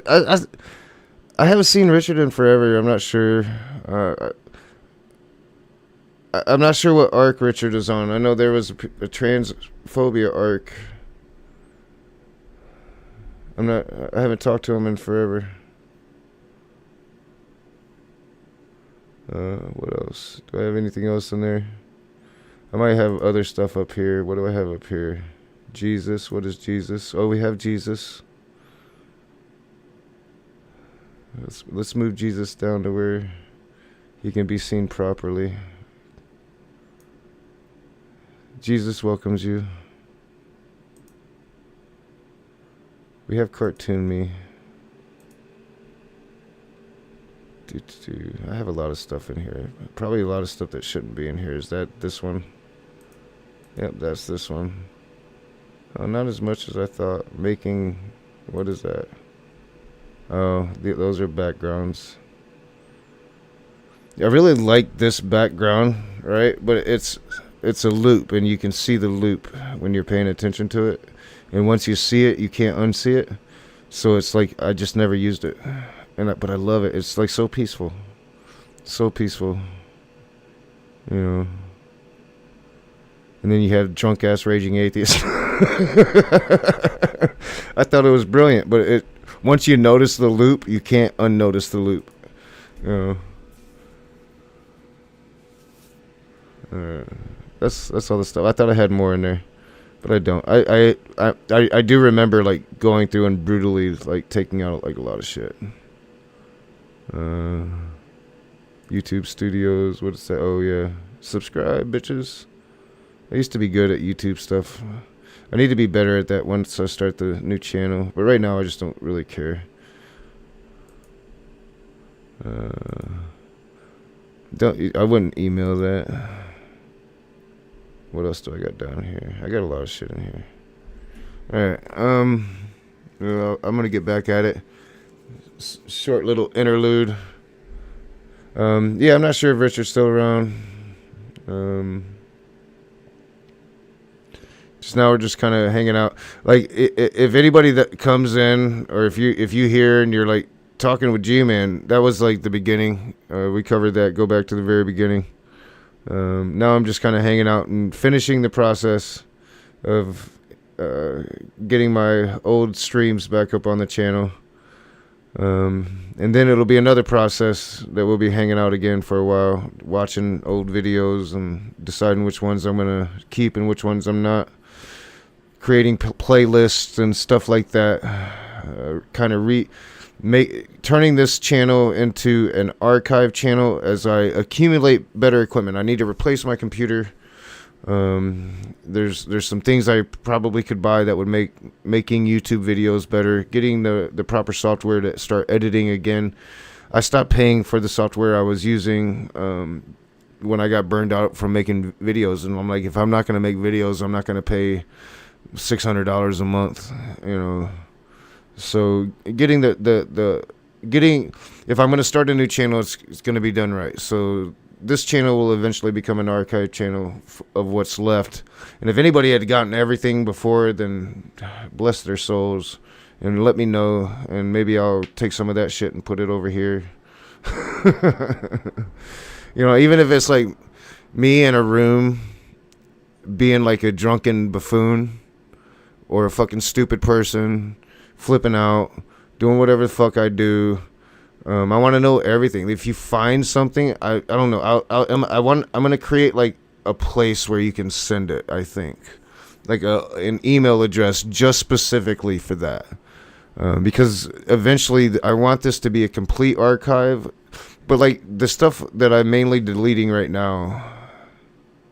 Well, if I was gonna do that, I really wouldn't be doing this deletion process, would I? Yeah, I'm just gonna have what I don't. That's too much work. If I'm gonna start a new channel, it's gonna have everything. So yeah, I'm just kind of condensing everything. We'll put it into playlists, and then if somebody did that, bless their hearts. So all right, let's get back at it. Are we really just almost going done? On conjecture? Because the whole thing doesn't make any fucking sense. No, I honestly, I was like, it better be done. Is capable of processing a book written by sheep herders 2,000 years ago. Right, but you take any of the Harry Potter books and memorize it, and then do that 5 more times, or I'm sorry, 7 more times. Dude, this world would be a better place if people were putting stock in Harry Potter instead of the Bible. Hey, can I interject here? I'd like to get back to hearing. I'd like to get back. I'd like to drag.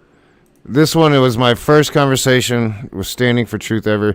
He handled me pretty easily. I had no idea what I was getting into. You know what? That's actually, let's listen to that. I had no idea what I was getting into. I remember it. That would be a good one too. So yeah, let's get out of there. This one, Standing for Truth, fucking handles me. I don't know if I was drunk. I don't think it matters if I'd have been sober, because like if you don't know what you're stepping into, it doesn't matter where you're doing it. It's not gonna go well. And if you don't know who Standing for Truth is, and you don't understand what he does, and you're not ready for it, you are owned. From the very first breath, you are owned. And I don't react well to being owned historically. So this is going to be interesting. We probably won't make it through all, so it'll be fun through the rest of it anyway. This is going to be interesting. Let's get through any intros. Oh, we're right at it. What's up, guys? We're right at it. I'm here all right. with Standing for Truth. Looks like a lot of this you, was a bloodbath. Know him and are waiting for him. Not so I'm gonna give for him me. a chance to say what's up and tell you about his channel. Hey man, well I appreciate you having me on. Just a second. Yeah, no problem. Sorry, I did that again. I always forget to mute my channel, so it was blasting my headphones. Go ahead. Sorry about that. No problem, brother. I appreciate you having me on. Looks like you've been having some good discussions on your channel. I look forward to a good discussion. People can check out my channel. There's a few fellow creationists. I think one's in the chat named Raw Matt. We've got a book together that you can certainly look up. I think he's willing to provide it to anybody for free. Lots of good information on there. And over the last week, we've been working hard on some videos addressing Aaron Ra and his phylogeny challenge, phylogenetic systematics. We might get a little bit into that today. But yeah, you can check out my channel if you're interested. You can subscribe if you don't agree with me, but you just want to see where I'm coming from. You can subscribe as well. So once again, I appreciate you having me on, brother. Oh yeah, no problem. And I don't have a link to his channel in the description. So after the You guys remember when Standing was SpongeBob? He'll always be SpongeBob to me. Like SpongeBob standing for truth is this standing for truth I will always know and love. This Donnie character is like I don't know. It's does Donnie even exist really? After the conversation, I'll go in and I'll edit that in so you guys can have that link and go right to his channel and check him out. I want to say Standing for Truth was the first person that ever emailed me asking to do a conversation. And this was way back in August, I think, when I first got the first email. So I was still extremely, really, really small. Like I'm still small, but I was like maybe like a couple hundred subscribers when he first emailed me. So he's been wanting to have this conversation. I kind of ignored it because at that point I wasn't doing Hangouts. I didn't even have the option available on my channel. So I kind of ignored it. And then when I started doing Hangouts, I sent him an email. It's like, let's do this. I saw him in Skylar's chat, and I think this is going to be interesting. So I'm going to let him. You can ask me whatever you want to ask me, or start the conversation however you'd like to start it. I think it's fair to let the guest start. Awesome. Well, I appreciate that. I think I'll just start it off simple and easy. Probably something that's going to help us better understand each other. We are and almost fucking done. A little better where we're coming from, because especially if a decent portion of our discussion is going to be based on biblical creation, evolutionary theory, and things like this. I think it's important to understand. We were a lot closer than I thought. I'm going to listen to this for a while, and then I'm going to stop the stream. Holy shit, we are done, my friends. We are done. That's it. That's all. We condensed it down to 400. I don't have my glasses. 438 live streams. When we started, it was 1,060 something. I'd have to go back and watch it and see where the very first moments of it. Man, that's a lot of live streams gone off the channel forever. I can never get those back unless somebody, bless their hearts, actually archive those. They're gone. And now I can put them back on the channel. We're going to start from scratch. So boom, we're going to get out of there. What is that? I can do it from there. Oh, I do not need that on anymore. All right, we can get rid of that.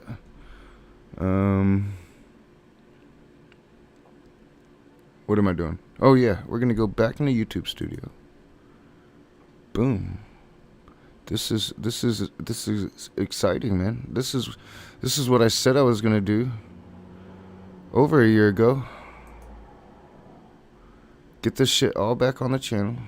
I said, hold your horses, it's gonna happen, and it never fucking did, and that's my bad. And we did it. We did it in a course of a few days, basically. I got this done yesterday, but I got sidetracked. Sidetracked with conversation. Let's see. What am I doing? Okay. We want to select all. Edit. No. Where's it at? Select all. Let me do what I want to do. Add to playlist. No, you're going to let me get everything. Not 30 selected. Edit.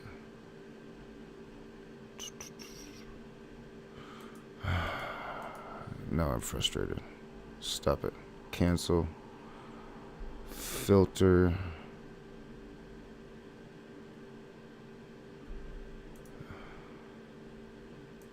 I don't like, how did this happen? There's a way to do all of them.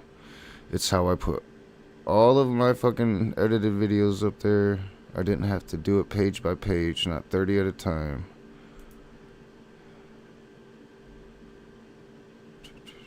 It's not there. More actions. I don't want to delete forever. It should be in here. Live stream. Filter.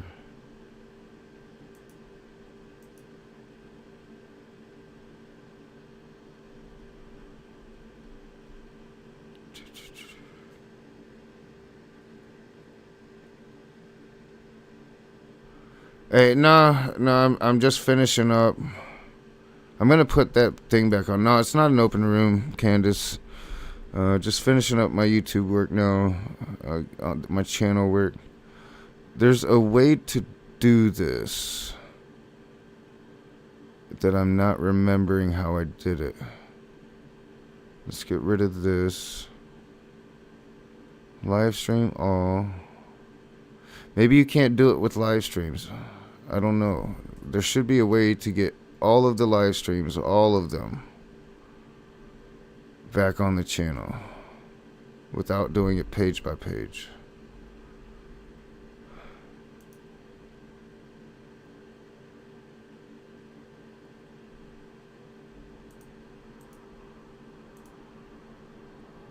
And this shouldn't confuse me like this. Which, actually, I don't need all of those anyway. But that just makes it so much harder. But that might be why.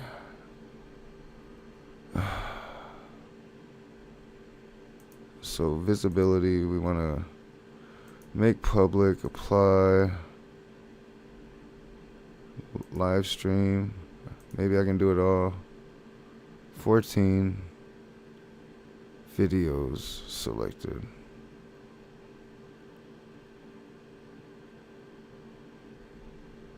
Oh, motherfucker.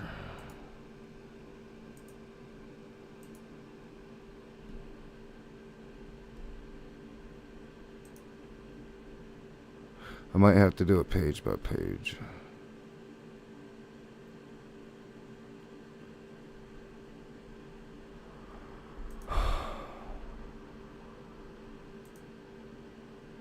See, videos I was able to select all. So yeah, videos you have a select all option. I see. Why don't you have that option in live? You have an edit and no select all. That's fucked up. Alright. So I want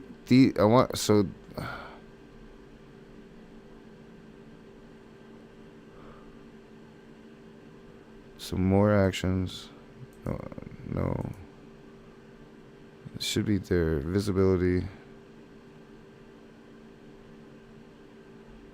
It should be this. I should be able to make everything public. 30 selected. Update videos. You're about to update the selected videos. Boom. All of those now should be public. Alright, let's put that back on.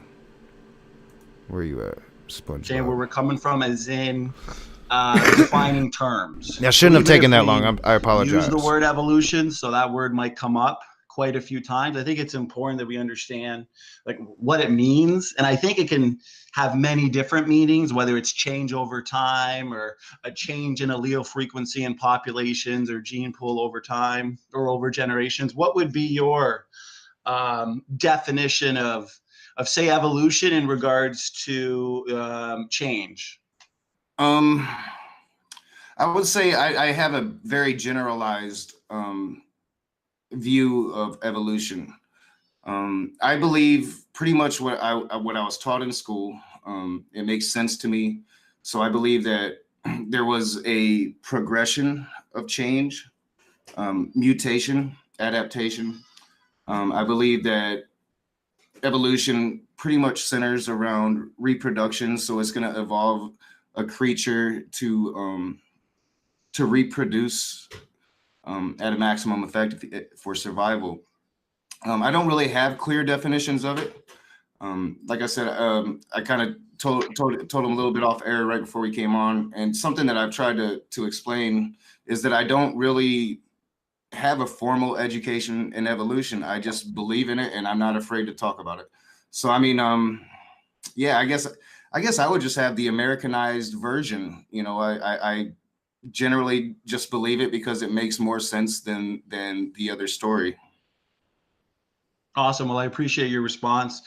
Yeah, I mean, I think that, you know, that type of micro evolutionary variation, let's say, where you get a change in the frequency of the expression of different traits, you know, I don't think that that's really disputed. So, you know, if we're both in agreement that evolution means a change over time, or biological evolution, a change in allele frequency, in gene pool over time, then, you know, we're not going to have much to disagree on, because I think that type of evolution certainly explains the survival of the fittest. Just like you said, mutations, you know, natural selection acting upon random mutations, random variation. I just don't think that type of evolution, if that's what we're going to agree on, I don't think that that's going to explain the arrival of the fittest, right? Because evolution, the best way I can put it, I think, in regards to what we know about the genome now, it's going to have to explain how the four-dimensional genome with multiple overlapping codes and chock full of meta information came about. So I think a good way to progress this conversation is to ask you about limits. Like, do you believe that there's limits? Do you believe there's a barrier to the change? For example, if I use, let's say, a dog, do you believe that, you know, you can get a dog as big as a whale? Because we know there's animals as big as a whale, like a whale. Or do you believe you can get a dog as, say, small as a mouse? Because they're both mammals, and we know there's animals as small as a mouse, like a mouse. Like, do you believe there's a limit to the change, whether it's physical, genomic? Go ahead. I am not. Let me think. I think that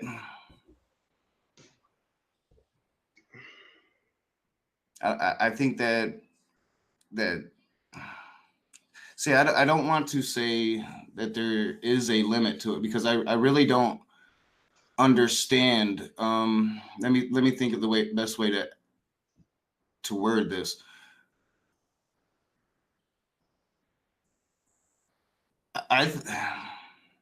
So what are you talking about with a limit? Like like a dog the size of a mouse? I think if scientists wanted to do that, they probably could.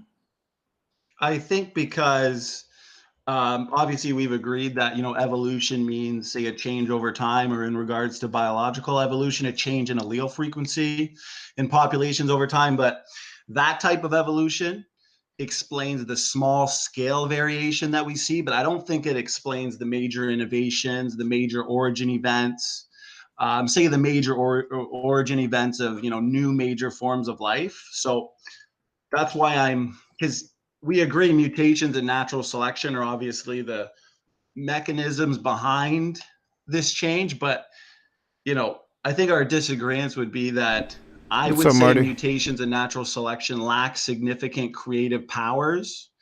So if we're looking at these new innovations, structures, body plans, and I think novel information, that's what's important. You know, I don't believe empirical science tells us that those can be the result of natural selection acting upon random variation and random mutation. So if universal common ancestry is true, there might be soft limits, but at the end of the day, I think it's safe to say that the change would be limitless, right? Because if we're going to go from, say, a single-celled organism to a multi-celled organism to a fish to an amphibian to a reptile to a mammal to a bird to a monkey to a man, you know, there's going to be a lot of change there. And not just the change we see within, say, domestic dogs, but a whole new novelty of change. So I think like if if we can't get it, because we see a variety of dogs, but if we're not going to get a dog as big as a whale, but yet we know there's animals as big as a whale, maybe the best way to ask you, do you believe dogs, whales, and mice are related through common ancestry? Yeah, of course. Yeah, well, all right, so I kind of see where you're getting at. And yeah, I'm seeing some responses in the chat, and it's kind of like what I was thinking. Just my natural idea would be that the limitations for evolution would be based upon the environment of the time. Now, so you're trying to dismiss the fact that. How in the hell does a video with Dr. Josh get blocked in some countries and or regions? For fuck's sake, people. What are we doing here? Let me guess. It's probably fucking Israel. I'm just guessing. It's a talk on biblical slavery. I don't know. That's weird, man. That's weird. All right. Let's get back at it. That science almost says, done. That we started as a single-celled organism, and how can a single-celled organism make all of these? And it has to be God. But the one thing that I have seen is scientific data. Now, I'm not going to pretend to know what the scientific data means or says, but I have actually seen scientific data backing up that progression. What I've never seen is any type of empirical data saying God did it.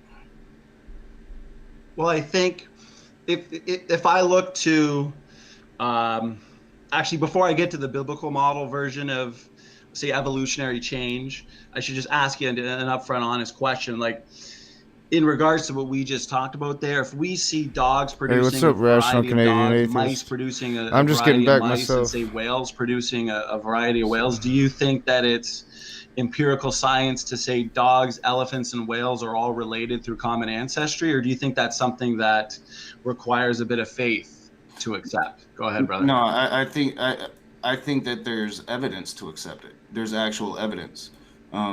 You can see the progression. You can see the fossil record. It's there. Now, you don't have to agree with it.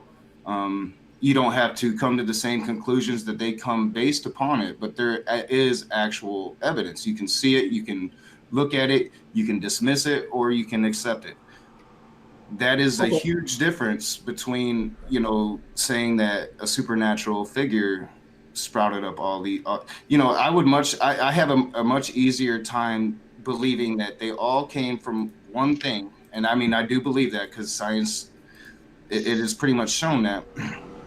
I have a much easier time believing that we all have just progressed from that it's a natural evolution, than a supernatural figure at the beginning of time creating a whole universe just so this speck of a dust of the planet that we live on is just a speck of a dust in the universe. Not even a speck of it's like an atom in the universe. That one little atom in this vast universe is going to be so vitally important.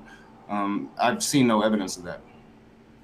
Okay, I think that being said, then at least now we know where where we're coming from, where we are going to disagree. So obviously, if by the word evolution you mean dogs and wolves are related through common ancestry, then obviously that's not the issue. Then here we go. What I'm gathering here, and then obviously that's verified through empirical science. But I think it's just when you say that by evolution, you mean dogs and banana plants or dogs and whales are related through common ancestry, and then there's actual evidence for that, and obviously that's where we're gonna disagree. But I think in regards to a biblical version, because I know you said God did it is not a valid explanation, but science, empirical science, I think the gold standard of it, obviously science means to know. How do we know? Testing, observations, investigations,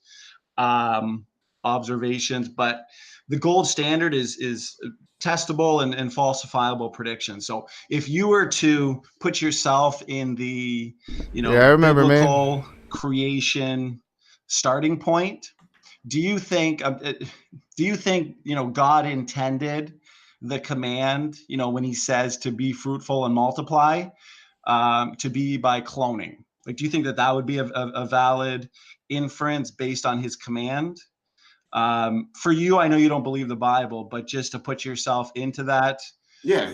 Just if I were to take God at his command, and if he's saying be fruitful, multiply, I wouldn't have a problem with cloning. Like if from a God perspective, I would think that would be the most efficient way, especially if you want strong humans. You can make them strong humans. You can mess with their DNA. You can do whatever you have to do to improve that human. Why not?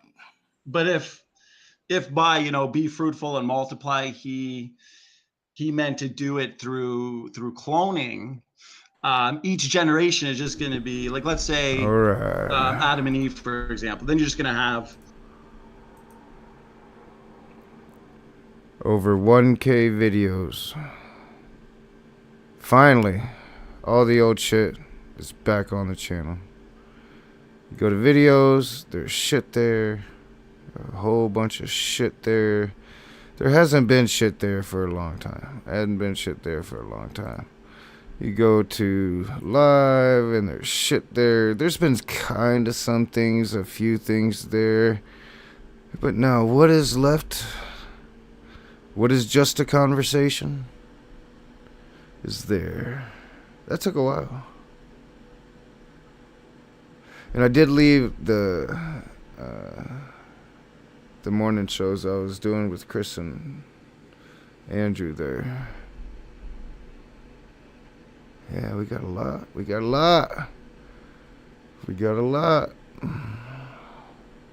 Cool. Yeah, we'll watch this for a little while. This is very actually, you know what? It's 3:30. I'm done. I'm tired. I think I'm gonna take a couple days. Play some Sims 4. Got some laundry to put up. See how the world plays out. Find out if Trump really has been spotted. But yeah, this was fun. The conversation last night was fun with G-Man. Again, if you haven't seen that, I thought it was a good conversation. G-Man, Brett Keane, Smokey Saint, Low, Jill was there. Chris, can't remember his name, his YouTube name. Who else was there? There's a few people there. I think some Smoky people. So, I'm gonna try to be consistent with this. Some weeks I might do it like I've done it, last few days. Excuse me. Some weeks I might not do as much. This channel I'm gonna really be, just trying to have conversations. I want to have conversations that I can take with me to the next channel.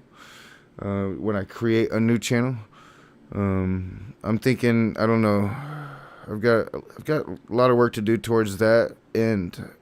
Not just like buying new equipment, buying new programming, graphic arts work, really hammering home on a rebrand. Maybe it'll end up being not Knock TV, but if I do, then I really need to brand it. But I want to have some decent, solid conversations to be a base when I start that channel, right? And that's kind of what I'm doing right now. Really flesh out this new ideology that I have. Really, I don't know, just talk to people if it's possible. It's really hard to talk when the other side's being bad faith, and that's kind of my plea. Come in and talk to me. I'm gonna try to have it set up like every stream, like no matter what I'm doing. If somebody wants to come in and talk, you might not see your avatar on the screen, but you'll hear your voice, right? That kind of deal.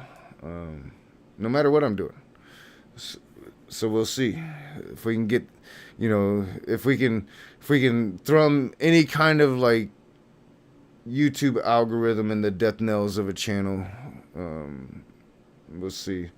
But yeah, I want, and we can draw some eyes and people that want to talk.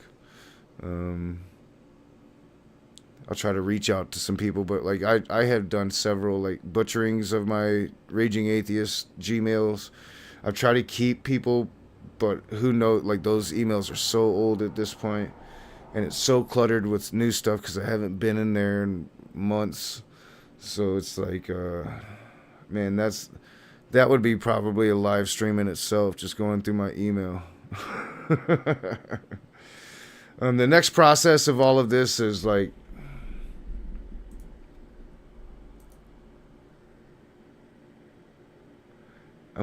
I think I'm still streaming, right? Yeah, I just deleted my YouTube studio. I deleted the wrong YouTube studio. That's what I did. We can get rid of that. We'll get rid of that and just go back to YouTube studio, so I can end the stream when I'm ready. Moving forward, the next process is pretty much I want to go through all of them and watch them and decide if I want to keep them. Now I don't want to like. I'm not going to watch every if it's a really good video, I might watch all of it, but just enough of the shit to see if it's something that I really want to keep, if it can go into a playlist. Think about playlists, what kind of playlist I want. I want everything in a playlist. Really map it out, so it's going to be, the next process is going to be probably the most crucial. Like when you're writing a book, I would say your third edit is your most crucial edit, right? It's your third edit is when it becomes a book. So that's what I want from this channel, this third edit here. I did a quick edit, I did a long edit, and then I'm going to do a really long third edit, and that's going to be the Raging Atheist channel. And when I make my new channel, this will be the Raging Atheist channel again. That's the plan right now. And that could be fun, watching all that old shit. Some of it's going to be painful. I think all of it's probably going to be therapeutic, so kind of looking forward to it. It's going to be a long process. We'll do it here and there. Right now, I'm going to go play I'm going to put up some laundry. Go talk to my daughter for a few minutes, and then play The Sims 4 for a few hours probably. So, yeah. The earth isn't flat, bitches.